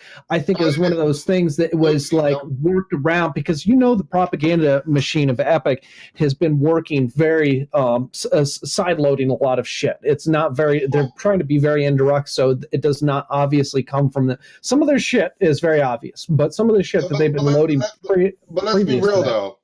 Epic is a bunch of fuck niggas. So let's be upfront and honest about that right now. So I don't put this past Epic. Yeah, no. So no. First thing is, let's start with the first on here, and I'll straight name names on here. The authors of these articles, because this is the beat that he covers, if you will, are authored by Nathan Grayson, who to me is I don't know how the hell he is in any way employed. He's about the most unethical motherfucker I've ever seen in my life. He's a fuck nigga too. So maybe he is getting paid on the side extra. I would not be shocked, because the thing is, to keep his ass. There is historical precedent for Nathan Grayson to be doing such a thing. Yeah. See, and of course the narrative of course, of that whole scenario got shifted onto, was it Brianna Wu or I can't get my name straight anymore because I don't pay much attention to that. Whatever it was, he was banging a game developer and was also helped in the development of that game and then was giving positive coverage to that game. So that's Nathan Grayson. The narrative got shifted onto the female developer and her getting harassed afterwards. When my thing was, why are we caring about that developer? I don't give a shit about the developer. I'm looking at the guy sleeping with the chicken who's, giving positive coverage to a game that he's a part of the development of. I'm like, I mean, at what point do we say, with no disclosure on it. I can't review your game. Well, there should not even be a question. He should not even have to say no. Since he's in the game, he should be like, cool, I'm in the game. I'm not going to talk about this though. I wish I could do that. I wish I could direct my own movie, do all the reviews for my movie, do all the press and coverage for my movie. Only thing you saw about my movie was the shit I want you to see. Freedom of speech. So what you're saying is, it can be freedom to not speech, freedom of press. He could still covered it, but disclosure. Yeah. So Kev, what you're saying is, why is, put yourself in that position? Yeah. Why put yourself in that position, Xaiphen? That's where my sarcasm comes from. Because he might as well be doing the same thing. Hey, I'm gonna make my movie or help make my movie. I'm gonna do all the promotion for my movie. Make sure you're really hyped for it and you think it's the shit. So what you're saying is EA. I'm gonna review it too. So what you're saying is EA. I was gonna say Activision, but I'll go for EA. No, because I'm looking at EA Game Changers reviewing EA games. That's what I'm looking at. As a journalist, yeah, whatever. He's not a journalist. He's a blogger. Blogger. Doing blogger coverage like that, it could have been potentially more interesting instead of a straight out subliminal or a hidden advert. Instead, it could have been like, hey, I had a lot of fun with development on this. This is some of the background shit that I dealt with in development, stuff that people aren't aware of. That could have made that would have been actually made journalistic qualities. Like, here is behind the scenes, action that you don't normally get access to. See, and to be clear, what I'm talking about specifically on this, if you look at both of these articles that are written on here, these are both what would be considered to be op-ed, opposite editorial opinion pieces. These are not reporting. This is not journalism. This is blogging. This is somebody's opinion. And that's the reason why you'll hear me call them games media site and not games news sites, because they're not news. They're not journalists. Jason Schreier is about the only closest thing to a journalism at this site, but even he goes off the rails sometimes too. His bias comes out in his pieces because, they're still opinion pieces. Even when he tries to do research, he still has his failings, and those failings don't get cut in editing. Yeah, exactly. There is no problem with the gaming community. Any journalist is going to have objective failings, but that's what the point of an editor is. Yeah, you're supposed to have an editor that reviews your thing and then has that. There's supposed to be a healthy tension. I love telling people about healthy tension because it's a thing that should be everywhere, right? So you need a healthy tension of, I'm gonna do some shit, but I can't let you do whatever the hell you want to. Yeah, essentially the editor is supposed to push back against the writer and say, this part right here is super biased, man. You got to take this out, rewrite this. Throws it back to the writer rewrites it, submits it back to the editor. Editor's like, no, man, you're still fucking biased. You need to cut this shit out. And we'll keep doing that, and we'll not approve the piece to release until the writer gets his shit together. However, down to be consolatory on here, to be fair, that was the old way that things were done with print media. The thing is with internet media, it can't be that slow because everything's got to be fast, got to be now. So didn't we learn from Thermal Paste Gate that somebody to look over your shit? Yeah, no, the thing is that with these rapid reporting pieces, like what Nathan Grayson here is reporting on, this is literally hip fire gut reactions. No research actually really being done into a lot of this stuff. It's literally like he just sees something and then he just writes up a very, for the most part, eloquent piece. He's a decent fiction writer. because this shit is largely opinion fiction. It doesn't have a lot of facts in it. He's sounding more and more like IGN every day. Yeah. The thing is that you look at this piece, it's very short, but most of it is just going on about how, like forcing this narrative of how Steam, has allowed these pieces to come on there and how dare they. They should curate, and Steam will never do that. I hope they will never do that, because that's what they need to be. They need to be an open marketplace, not a curated list of games that some person who thinks they're better than me has determined I should be able to see. Sorry, Nathan. Right. They fuck want yourself. everything. They want everywhere to be a safe space. And that's the problem. It's like it's cool that you want your safe spaces. But understand what makes you feel safe and what you're cool with isn't the same as what I'm cool with. And I feel like there's a large population of people, especially these days. They only want to see their own narrative. Yep. They're not concerned. People have gotten too comfortable with their own little echo chambers, and when they experience something outside of it, they're like, "Oh my god, the real world!" Well, right, and the problem is that now they all huddle together, and then they try to jump down and take down the people who simply just disagree. Yeah, and we're allowed to disagree. Disagreeing is healthy. It is. Yeah. That's why I was talking about healthy tension. That's, essentially just asking why. That's something simple that people don't do why nowadays. It triggers people. Yeah, it does. Why Kev, you want to get an AMD thing? Why? People, and then you freak out. Oh my god, how dare you? I know, we know. I've been talking about doing my build all week. If you follow me on Twitter at Glorious Kev, you see I've been talking about upgrading my PC all week. I've been getting parts all week. And a lot of people ask, I got the Ryzen 7 1700, and I got that question a million times. Why didn't you go second gen Ryzen? Why didn't you get the 1800X? It's like, or why didn't you get Intel? Right? No, I didn't get why I didn't get Intel. Nobody really asked me about that, surprisingly. Interesting. The reason why was because I caught this. It's a really good CPU. It usually retails still for like $200, and I found it for $100 with same day shipping on Amazon. And if you overclock, it was too good of a deal to beat with what you wanted out of it. You weren't gonna beat the deal. It got the feature upgrade that you wanted out of it, and it was an awesome fucking deal for that. Yes, you could have gotten better, but for a hell of a lot more. Exactly. Because I was looking at getting the 2700X, which is like $350. So I saved quite a bit of money, and I can overclock and get around 1800X and be good. Like I was playing with it for a couple hours before the podcast. This CPU was great. Mm-hmm. And it's going to last me at least another 3-4 years. I'm very happy. Exactly. And that's the main thing, though, is that, both asking, and that's should be a lot of the reason why reviewers should be out there, is because everybody should be asking, why should I make a purchase? Why should I buy your product? People, unfortunately, nowadays don't. They just say, oh, it's made by BioWare.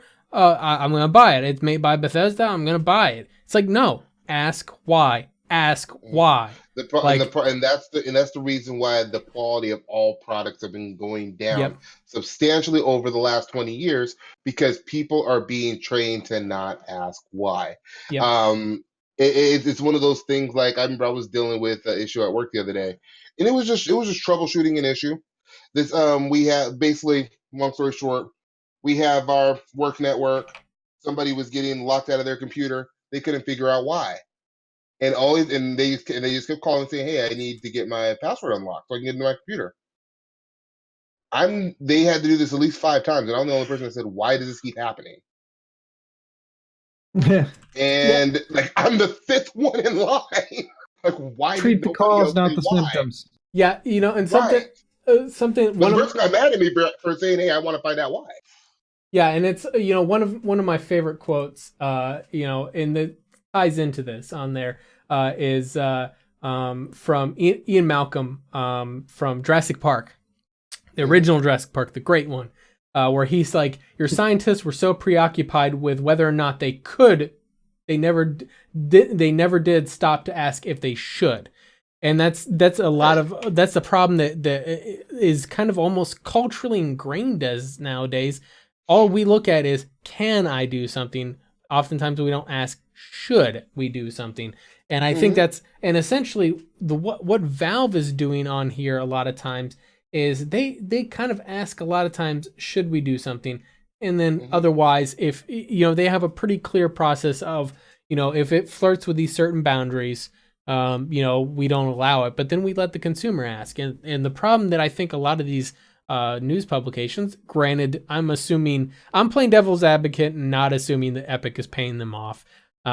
Granted, that's entirely. That was just a suggestion. There's no facts in that. There's no facts. They're coming out the loot boxes. Yeah, but no, my thinking on there is that a lot of these news media guys can't get past the whole part of they don't ask why Valve does anything. They just say, oh, it doesn't fit with my narrative, therefore it's wrong.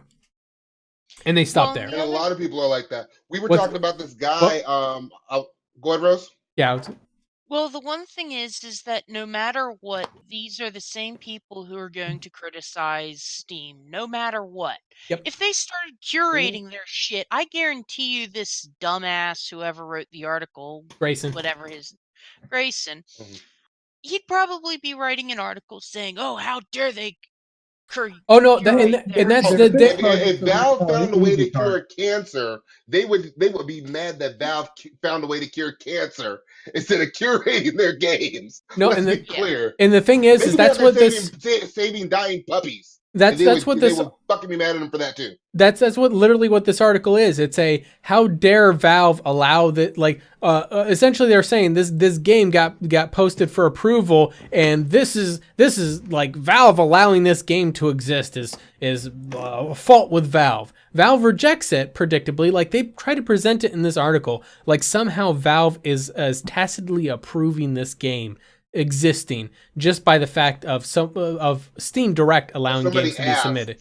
Yeah, and then when Valve rejects it, which is what ultimately the first article wanted to happen, then they criticize Valve for how they rejected it. It's like everybody in their fucking right mind knew this game was getting rejected, but you're going to criticize them for how they rejected it. It shouldn't be a question as to how. It was pretty obvious why this game got rejected. I mean, but you think about it, this is Kotaku. Remember a month ago when Kotaku was also criticizing Apex Legends for the black female characters? They said, okay, great, you have 2 black female characters. Why don't you have more? What was the quote on there? What was that quote? And I shared it with you, and we kind of chatted about this of like the whole like there's 2. The cast is diverse, and that's a bad thing because it should be more diverse or something. It was like this hula hoop of logic that just was like, where the fuck are you smoking? Good God! Like Apex Legend legitimately has like pretty much a great game. It covers almost all the damn bases. Covers almost all the bases diversity wise, and you still criticize it. It's like criticizing Overwatch for its diversity. Overwatch has like everybody almost checks the diversity box in that game, what they need to do is create characters that look like those future humans in South Parks, where they're just generically brown, bald, like they could be tan, they could be Indian, we don't know, it doesn't matter. But then the problem is it's a fucking blend of everything. But they get criticized and they speak a language no one understands. Yeah, they get criticized for that too. If you're too light skinned, you're not black enough. If you're too black, you get criticized just the same.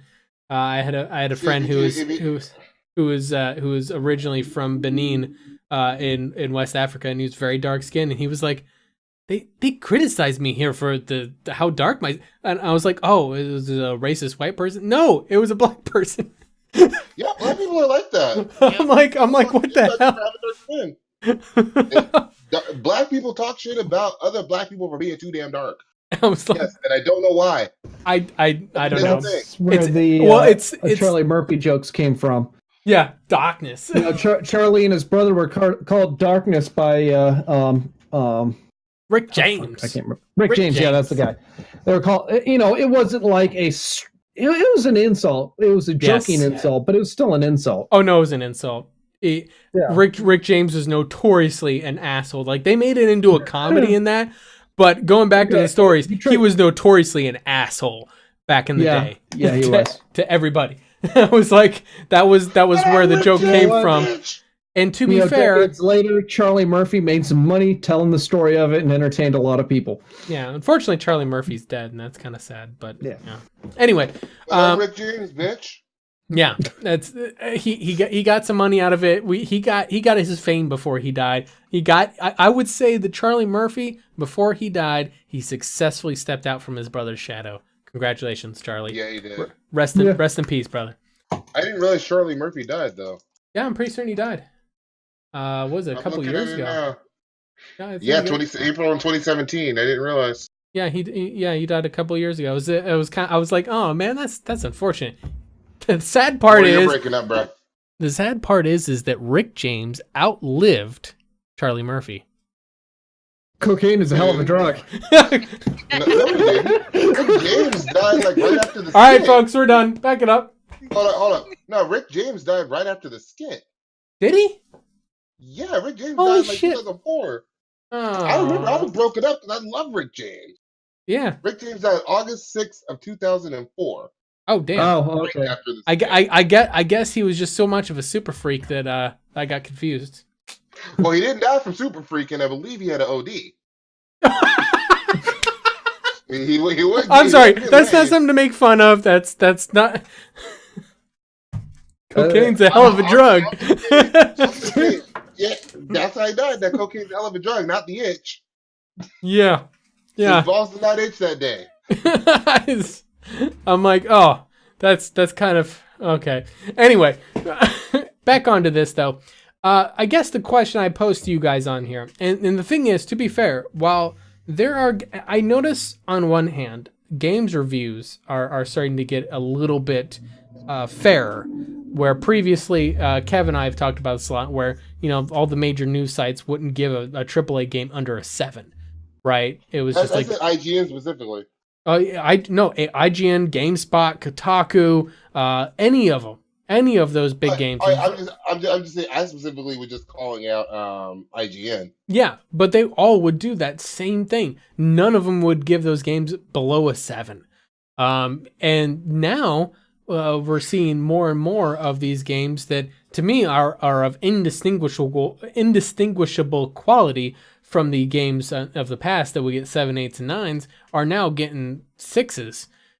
Because, well, it almost seems like there's a push for like the certain amount of credibility to come back to the review space, and I think a lot of it is because YouTubers are like you'll hear they're doing a better job of reviewing it, and they're more respected at this point than a lot of the media sites, and I think that's what's pushing them to be more.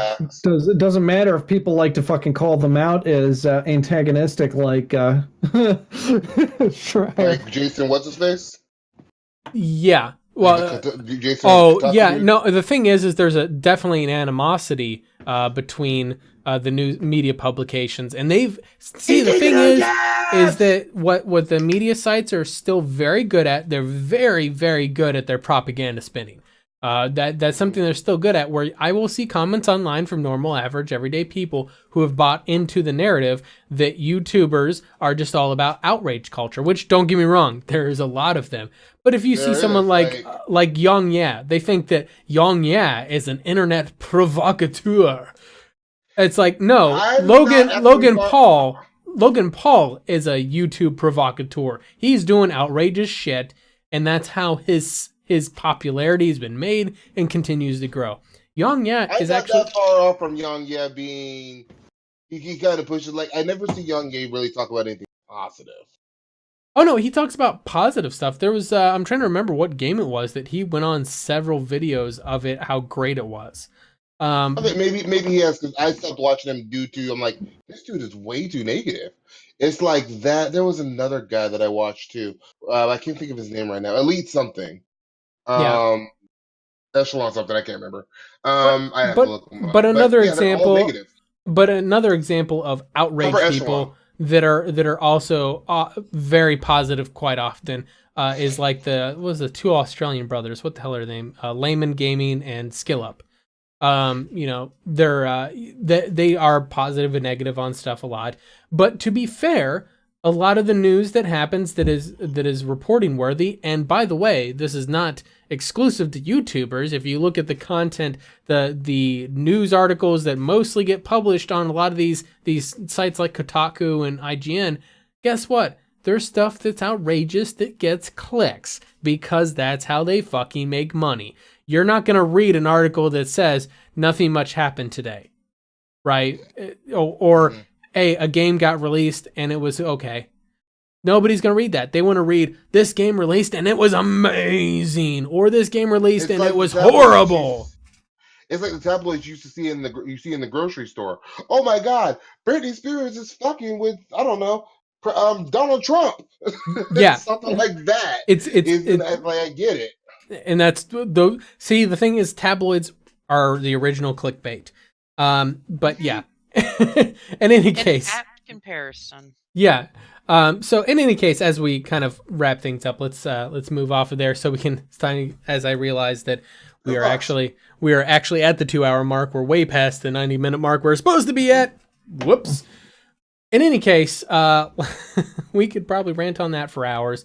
Let's go ahead and get things on final thoughts. Kev, final thoughts. How are you liking that AMD? Oh man, I'm loving this AMD Master Race for life. Also, shout out to these Corsair LEDs I got, or these LED fans. I wanted to get some quieter fans, and I wanted to get some cooler fans because I bought my kids. And I've talked about this, I think, with you guys. I don't know if I talked about it on the podcast. No, because I didn't have it on last podcast. But I bought them a little a Cyberpower PC. It has an RX 580 in it and a Ryzen 5 2600.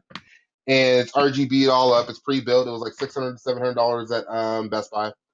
And I'm looking inside. I'm like, this is kind of fire. I'm kind of mad that I don't have colors like this. So I'm like, you know what? For about $100, I got 4 LED fans. Put them through the case. I wish I would have got one more because I could fit 2 120s in the front of my case. I might go back and get another one. Yeah, and I could just color it all up, and it looks glorious. Yeah. At some point, I want to get. I can't argue with the aesthetic value of something like that, as I just took an opposite turn on that sort of thing. Mine is stealth as fuck. Yeah, I at some point. Well, you remember we were talking about overclocking. And I'm like, no, I'm not going to overclock. I've taken a stance on overclocking too. I want to overclock the CPU. Yeah, and the thing, water cooling. Or substantial aggressive water cooling can help easily. But a good aggressive air cooler can also be a big difference on that too. And when I'm you look using at the Wraithspire. I mean, I have the Wraithspire that came with it. Yeah, the Wraithspire does good for a stock cooler. It is good. You either want a dual sync tower air cooler or at least a 280. Yeah, that's 280 water cooler if you want good overclocking on the Ryzen. And those are about comparable prices to each other. So how much do you trust liquid cooling? Yeah, that's actually why I thought about it after I bought the fans and had already had them installed and wired up. I'm like, I could have just gotten 2 of these 120s and then just bought the Corsair AIO. Yeah, Mort has a 280 NZXT liquid cooler, and I've got the Noctua dual sync dual fan tower air cooler. Performance on both of those is about the same. The cost is about the same. His looks a hell of a lot prettier. Mine is a lot quieter. The thing is that truthfully, I kind of want to go Kev's direction, and I eventually want to get the NZXT Air RGB fans, mostly for the ones that are on the rad for my water cooler itself. That's right at the top of my case, because that'll look pretty. But also the ones that are in the front too. I think there's three. I can't remember the sizes. I think there's 3 120s up front, and the 2 on the rad are 140s, if I remember correctly, because it's the 280 rad. Yeah. So that would be right. Yeah. So in any case, So Rose, final thoughts. Another day of tangents. That's our podcast. The tangent podcast. Yeah, basically just a whole bunch of tangents. We're good at that. I mean, obviously, I'm the only one with the custom loop here, so... Eventually. See, I don't even know what's in your PC, Rose. So, Ryzen 7 1800X, 16 gigs RAM, and a 1060 GPU, along with too little hard drive space. How little is too little? Because I'm rocking about just shy of 3 terabytes now. In total, I have 5.25. Do I literally have the most beastie computer set up here? Sort of, not in storage space. I got you beat in Oh, storage. yeah, you got me beat on storage. I got 16 terabytes plus 1 terabyte plus a 256. Yeah. At some point, I should count all of this up because I think I have somewhere in total, probably around 5 or 6 terabytes of storage space combined. Granted, my archival storage is only 8 terabytes usable because of the RAID setup, but still, it's a lot. I was going to get a 4 terabyte SSD, but then I looked at that price tag and said, I'm just get these 2 1 terabytes for right now. Yeah, no, I don't even have or SSDs other than my little quarter gig M.2 drive. All my SSDs are like a month old. Like he just got them. Yeah, I got that. I told you guys I got that 500 gig at the beginning of February, and then at the end of February I got the 2 1 terabyte. Yep. Mine are and I already had a 120 that I got in 2015. See, when I built mine with the 960 Pro M2 500 gig SSD, and then I had a 750 500 gig 750 Evo, and then I added a second 750 Evo, rated those. They're in RAID 0, so they're 1 terabyte there, and then I have a 4 terabyte mechanical. That is my media storage, like videos and this podcast gets stored there. So that's stuff that doesn't need to be fast. But that's not like the thing is that my gaming PC, I mean, it's a lot of people hear it and they're like 7700X 1080 or GTX 1080. A lot of that sounds pretty standard. It's when you get into the server that things start getting a little crazy. When you get 2 Xeon E5s and the Quadro 2200 and it's got the what is it? I think it's Intel actually.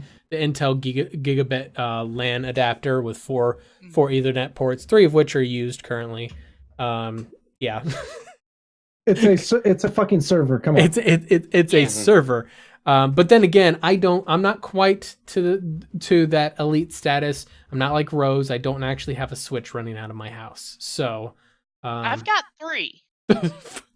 I've thought about going with a segregated segregated device network setup. Going with a dedicated Switch.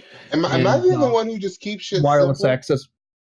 Nope. Simple. I've got an all-in-one wireless router, access point, switch, gateway, all that. But I thought about going with segregated devices. Xaiphen shit. We're not even discussing what you do. You Xaiphen everything. Kev, I just want to point it out there that if you want to get anywhere in IT, you need to start ratcheting that shit up.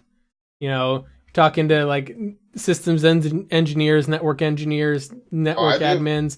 You got to be ratcheting your home setup like that shit. What you got to do, here's the trick, Kev, is you got to Xaiphen up the situation, but you got to make it look to everyone else that it's simple as fuck. Exactly. And that my friends, that is system engineering as a whole. I agree with you. I just like to do simple shit. I'm like, 1 + 1 = 2. We know this is 2. We know this works. Let's let somebody else. I like it to be simple as shit on day 0 performance day. Like unlike games. Our game stream, my shit looks like it's running simply, but the setup leading up to that was not.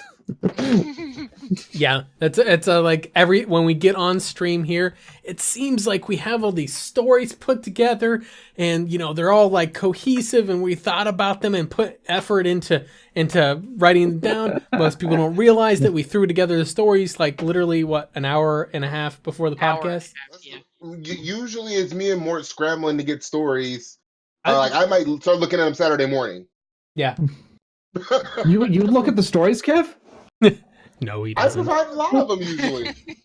Yeah, he provides them. He provides them. As I said, as I quoted that tweet from Barnacles earlier, when I was saying that he said, I didn't read. He tweeted out about an article that the headline said something, and he was responding to the headline. Didn't actually read the fucking article. Someone responded and said, "Hey, they actually answer your complaint in the article if you read it." And he was like, I got ADD, man. I didn't read no fucking article type of thing. And I'm like, why does this feel like every conversation I have with Kev?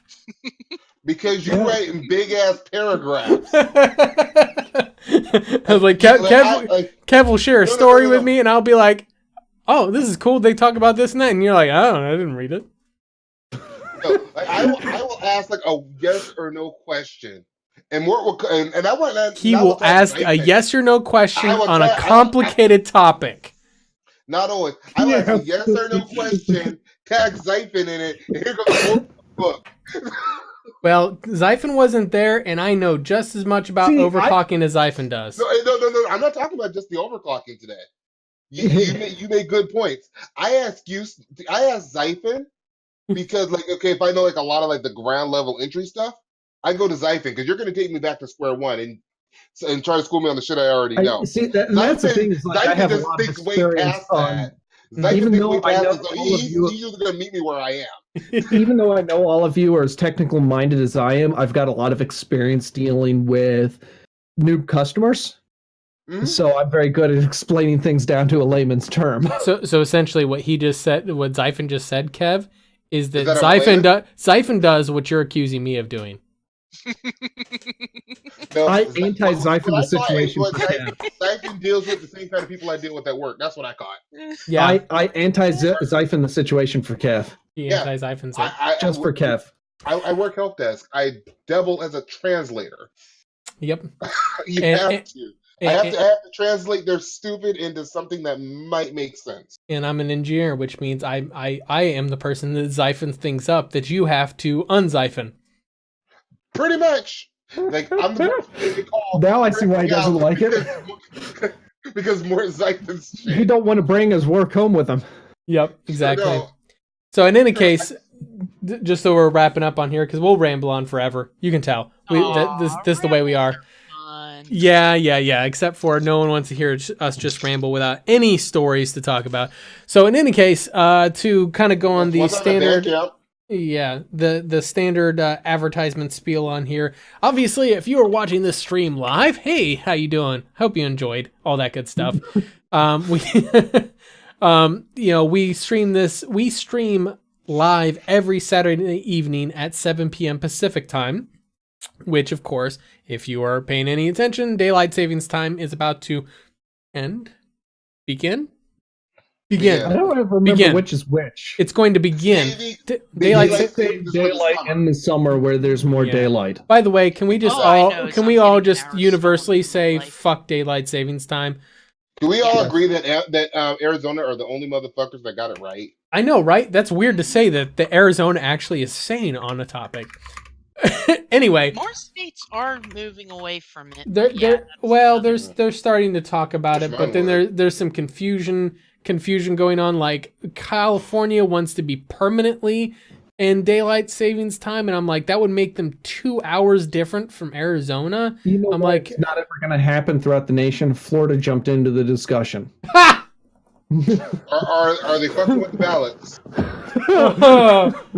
Anyway, so in any case, we gotta go. Praise NVIDIA, not NVIDIA. Praise AMD. So we stream obviously every Saturday night at 7 p.m. Alternating every other night, we stream the podcast, which is tonight, and then on the other week we do a party stream where we stream some multiplayer games that I may or may not enjoy, or I have to fake my way through. One of the two. Or get drunk. Or get drunk in order to enjoy. One of those. Drunk souls? Yeah. Drunk souls? We also have a Discord server, and we also are on Twitter and stuff. So you can follow us. You can find all the links for that stuff there. If you are not watching the live stream and you prefer to get an audio stream of this podcast, We do upload the podcast after we stream it live, and you can find it on all of your favorite podcast source, including iTunes, Google Podcasts, Spotify, Anchor, Stitcher, Breaker, Overcast, CastBox, PocketCast, and Republic Radio. I almost get through that list sometimes. Point is you can find us all there, and if you're listening to us on those podcast sources, thanks. Hey, how you doing? In any case, David. We're going to get signed off for the night on here. You can go ahead and click the links to join our Discord server. Come say hi to us there. Make sure that you harass Kev when you do come into the server. That's a great way to start. Usually criticizing his choice. The fact that he chose an AMD CPU. Go ahead and join the server and tell him how he was wrong for choosing AMD. And that he should have chose Intel, but don't actually provide any facts. We don't like facts in our server. We don't do any of that stuff. We prefer to just shoot from the hip and then damage control everything. All right, so we're gonna get signed off. Okay, Kev, we get it. You got a razor. Yeah. In any case, we're gonna get signed off here for the night, guys. We will be back next week, although Kev won't be back. Because he's I have to do things with my wife. I'm taking my wife out. Yeah, Kev's got a pretty box. He's a scrub. I have a motherboard. I have a motherboard for my PC. They used to be in this box. In any case, Kev won't be back next week, but we'll be back next week. I guess we're playing Mass Effect Andromeda because we haven't said that we're not. Although I totally thought that Warframe would have been a kick since Kev wasn't going to be here. Whatever. I told y'all I was really the one that pushed for Andromeda. I'm not going to be here. You might as well play Warframe because I'm the only one who's playing my Warframe. Yeah, I know. It's okay. I might be up for Warframe. I was just, I actually started getting back and doing Andromeda for a little bit, so I'm not sure. I love Andromeda. And actually, you playing Anthem? It reminds me of Andromeda. Yeah, I think you just shut us off. Y'all don't know when to stop talking, so I have to forcefully just stop them from talking. It's like wrangling a zoo, guys. You guys have no idea how the challenges that a host of this podcast faces. No one will ever know.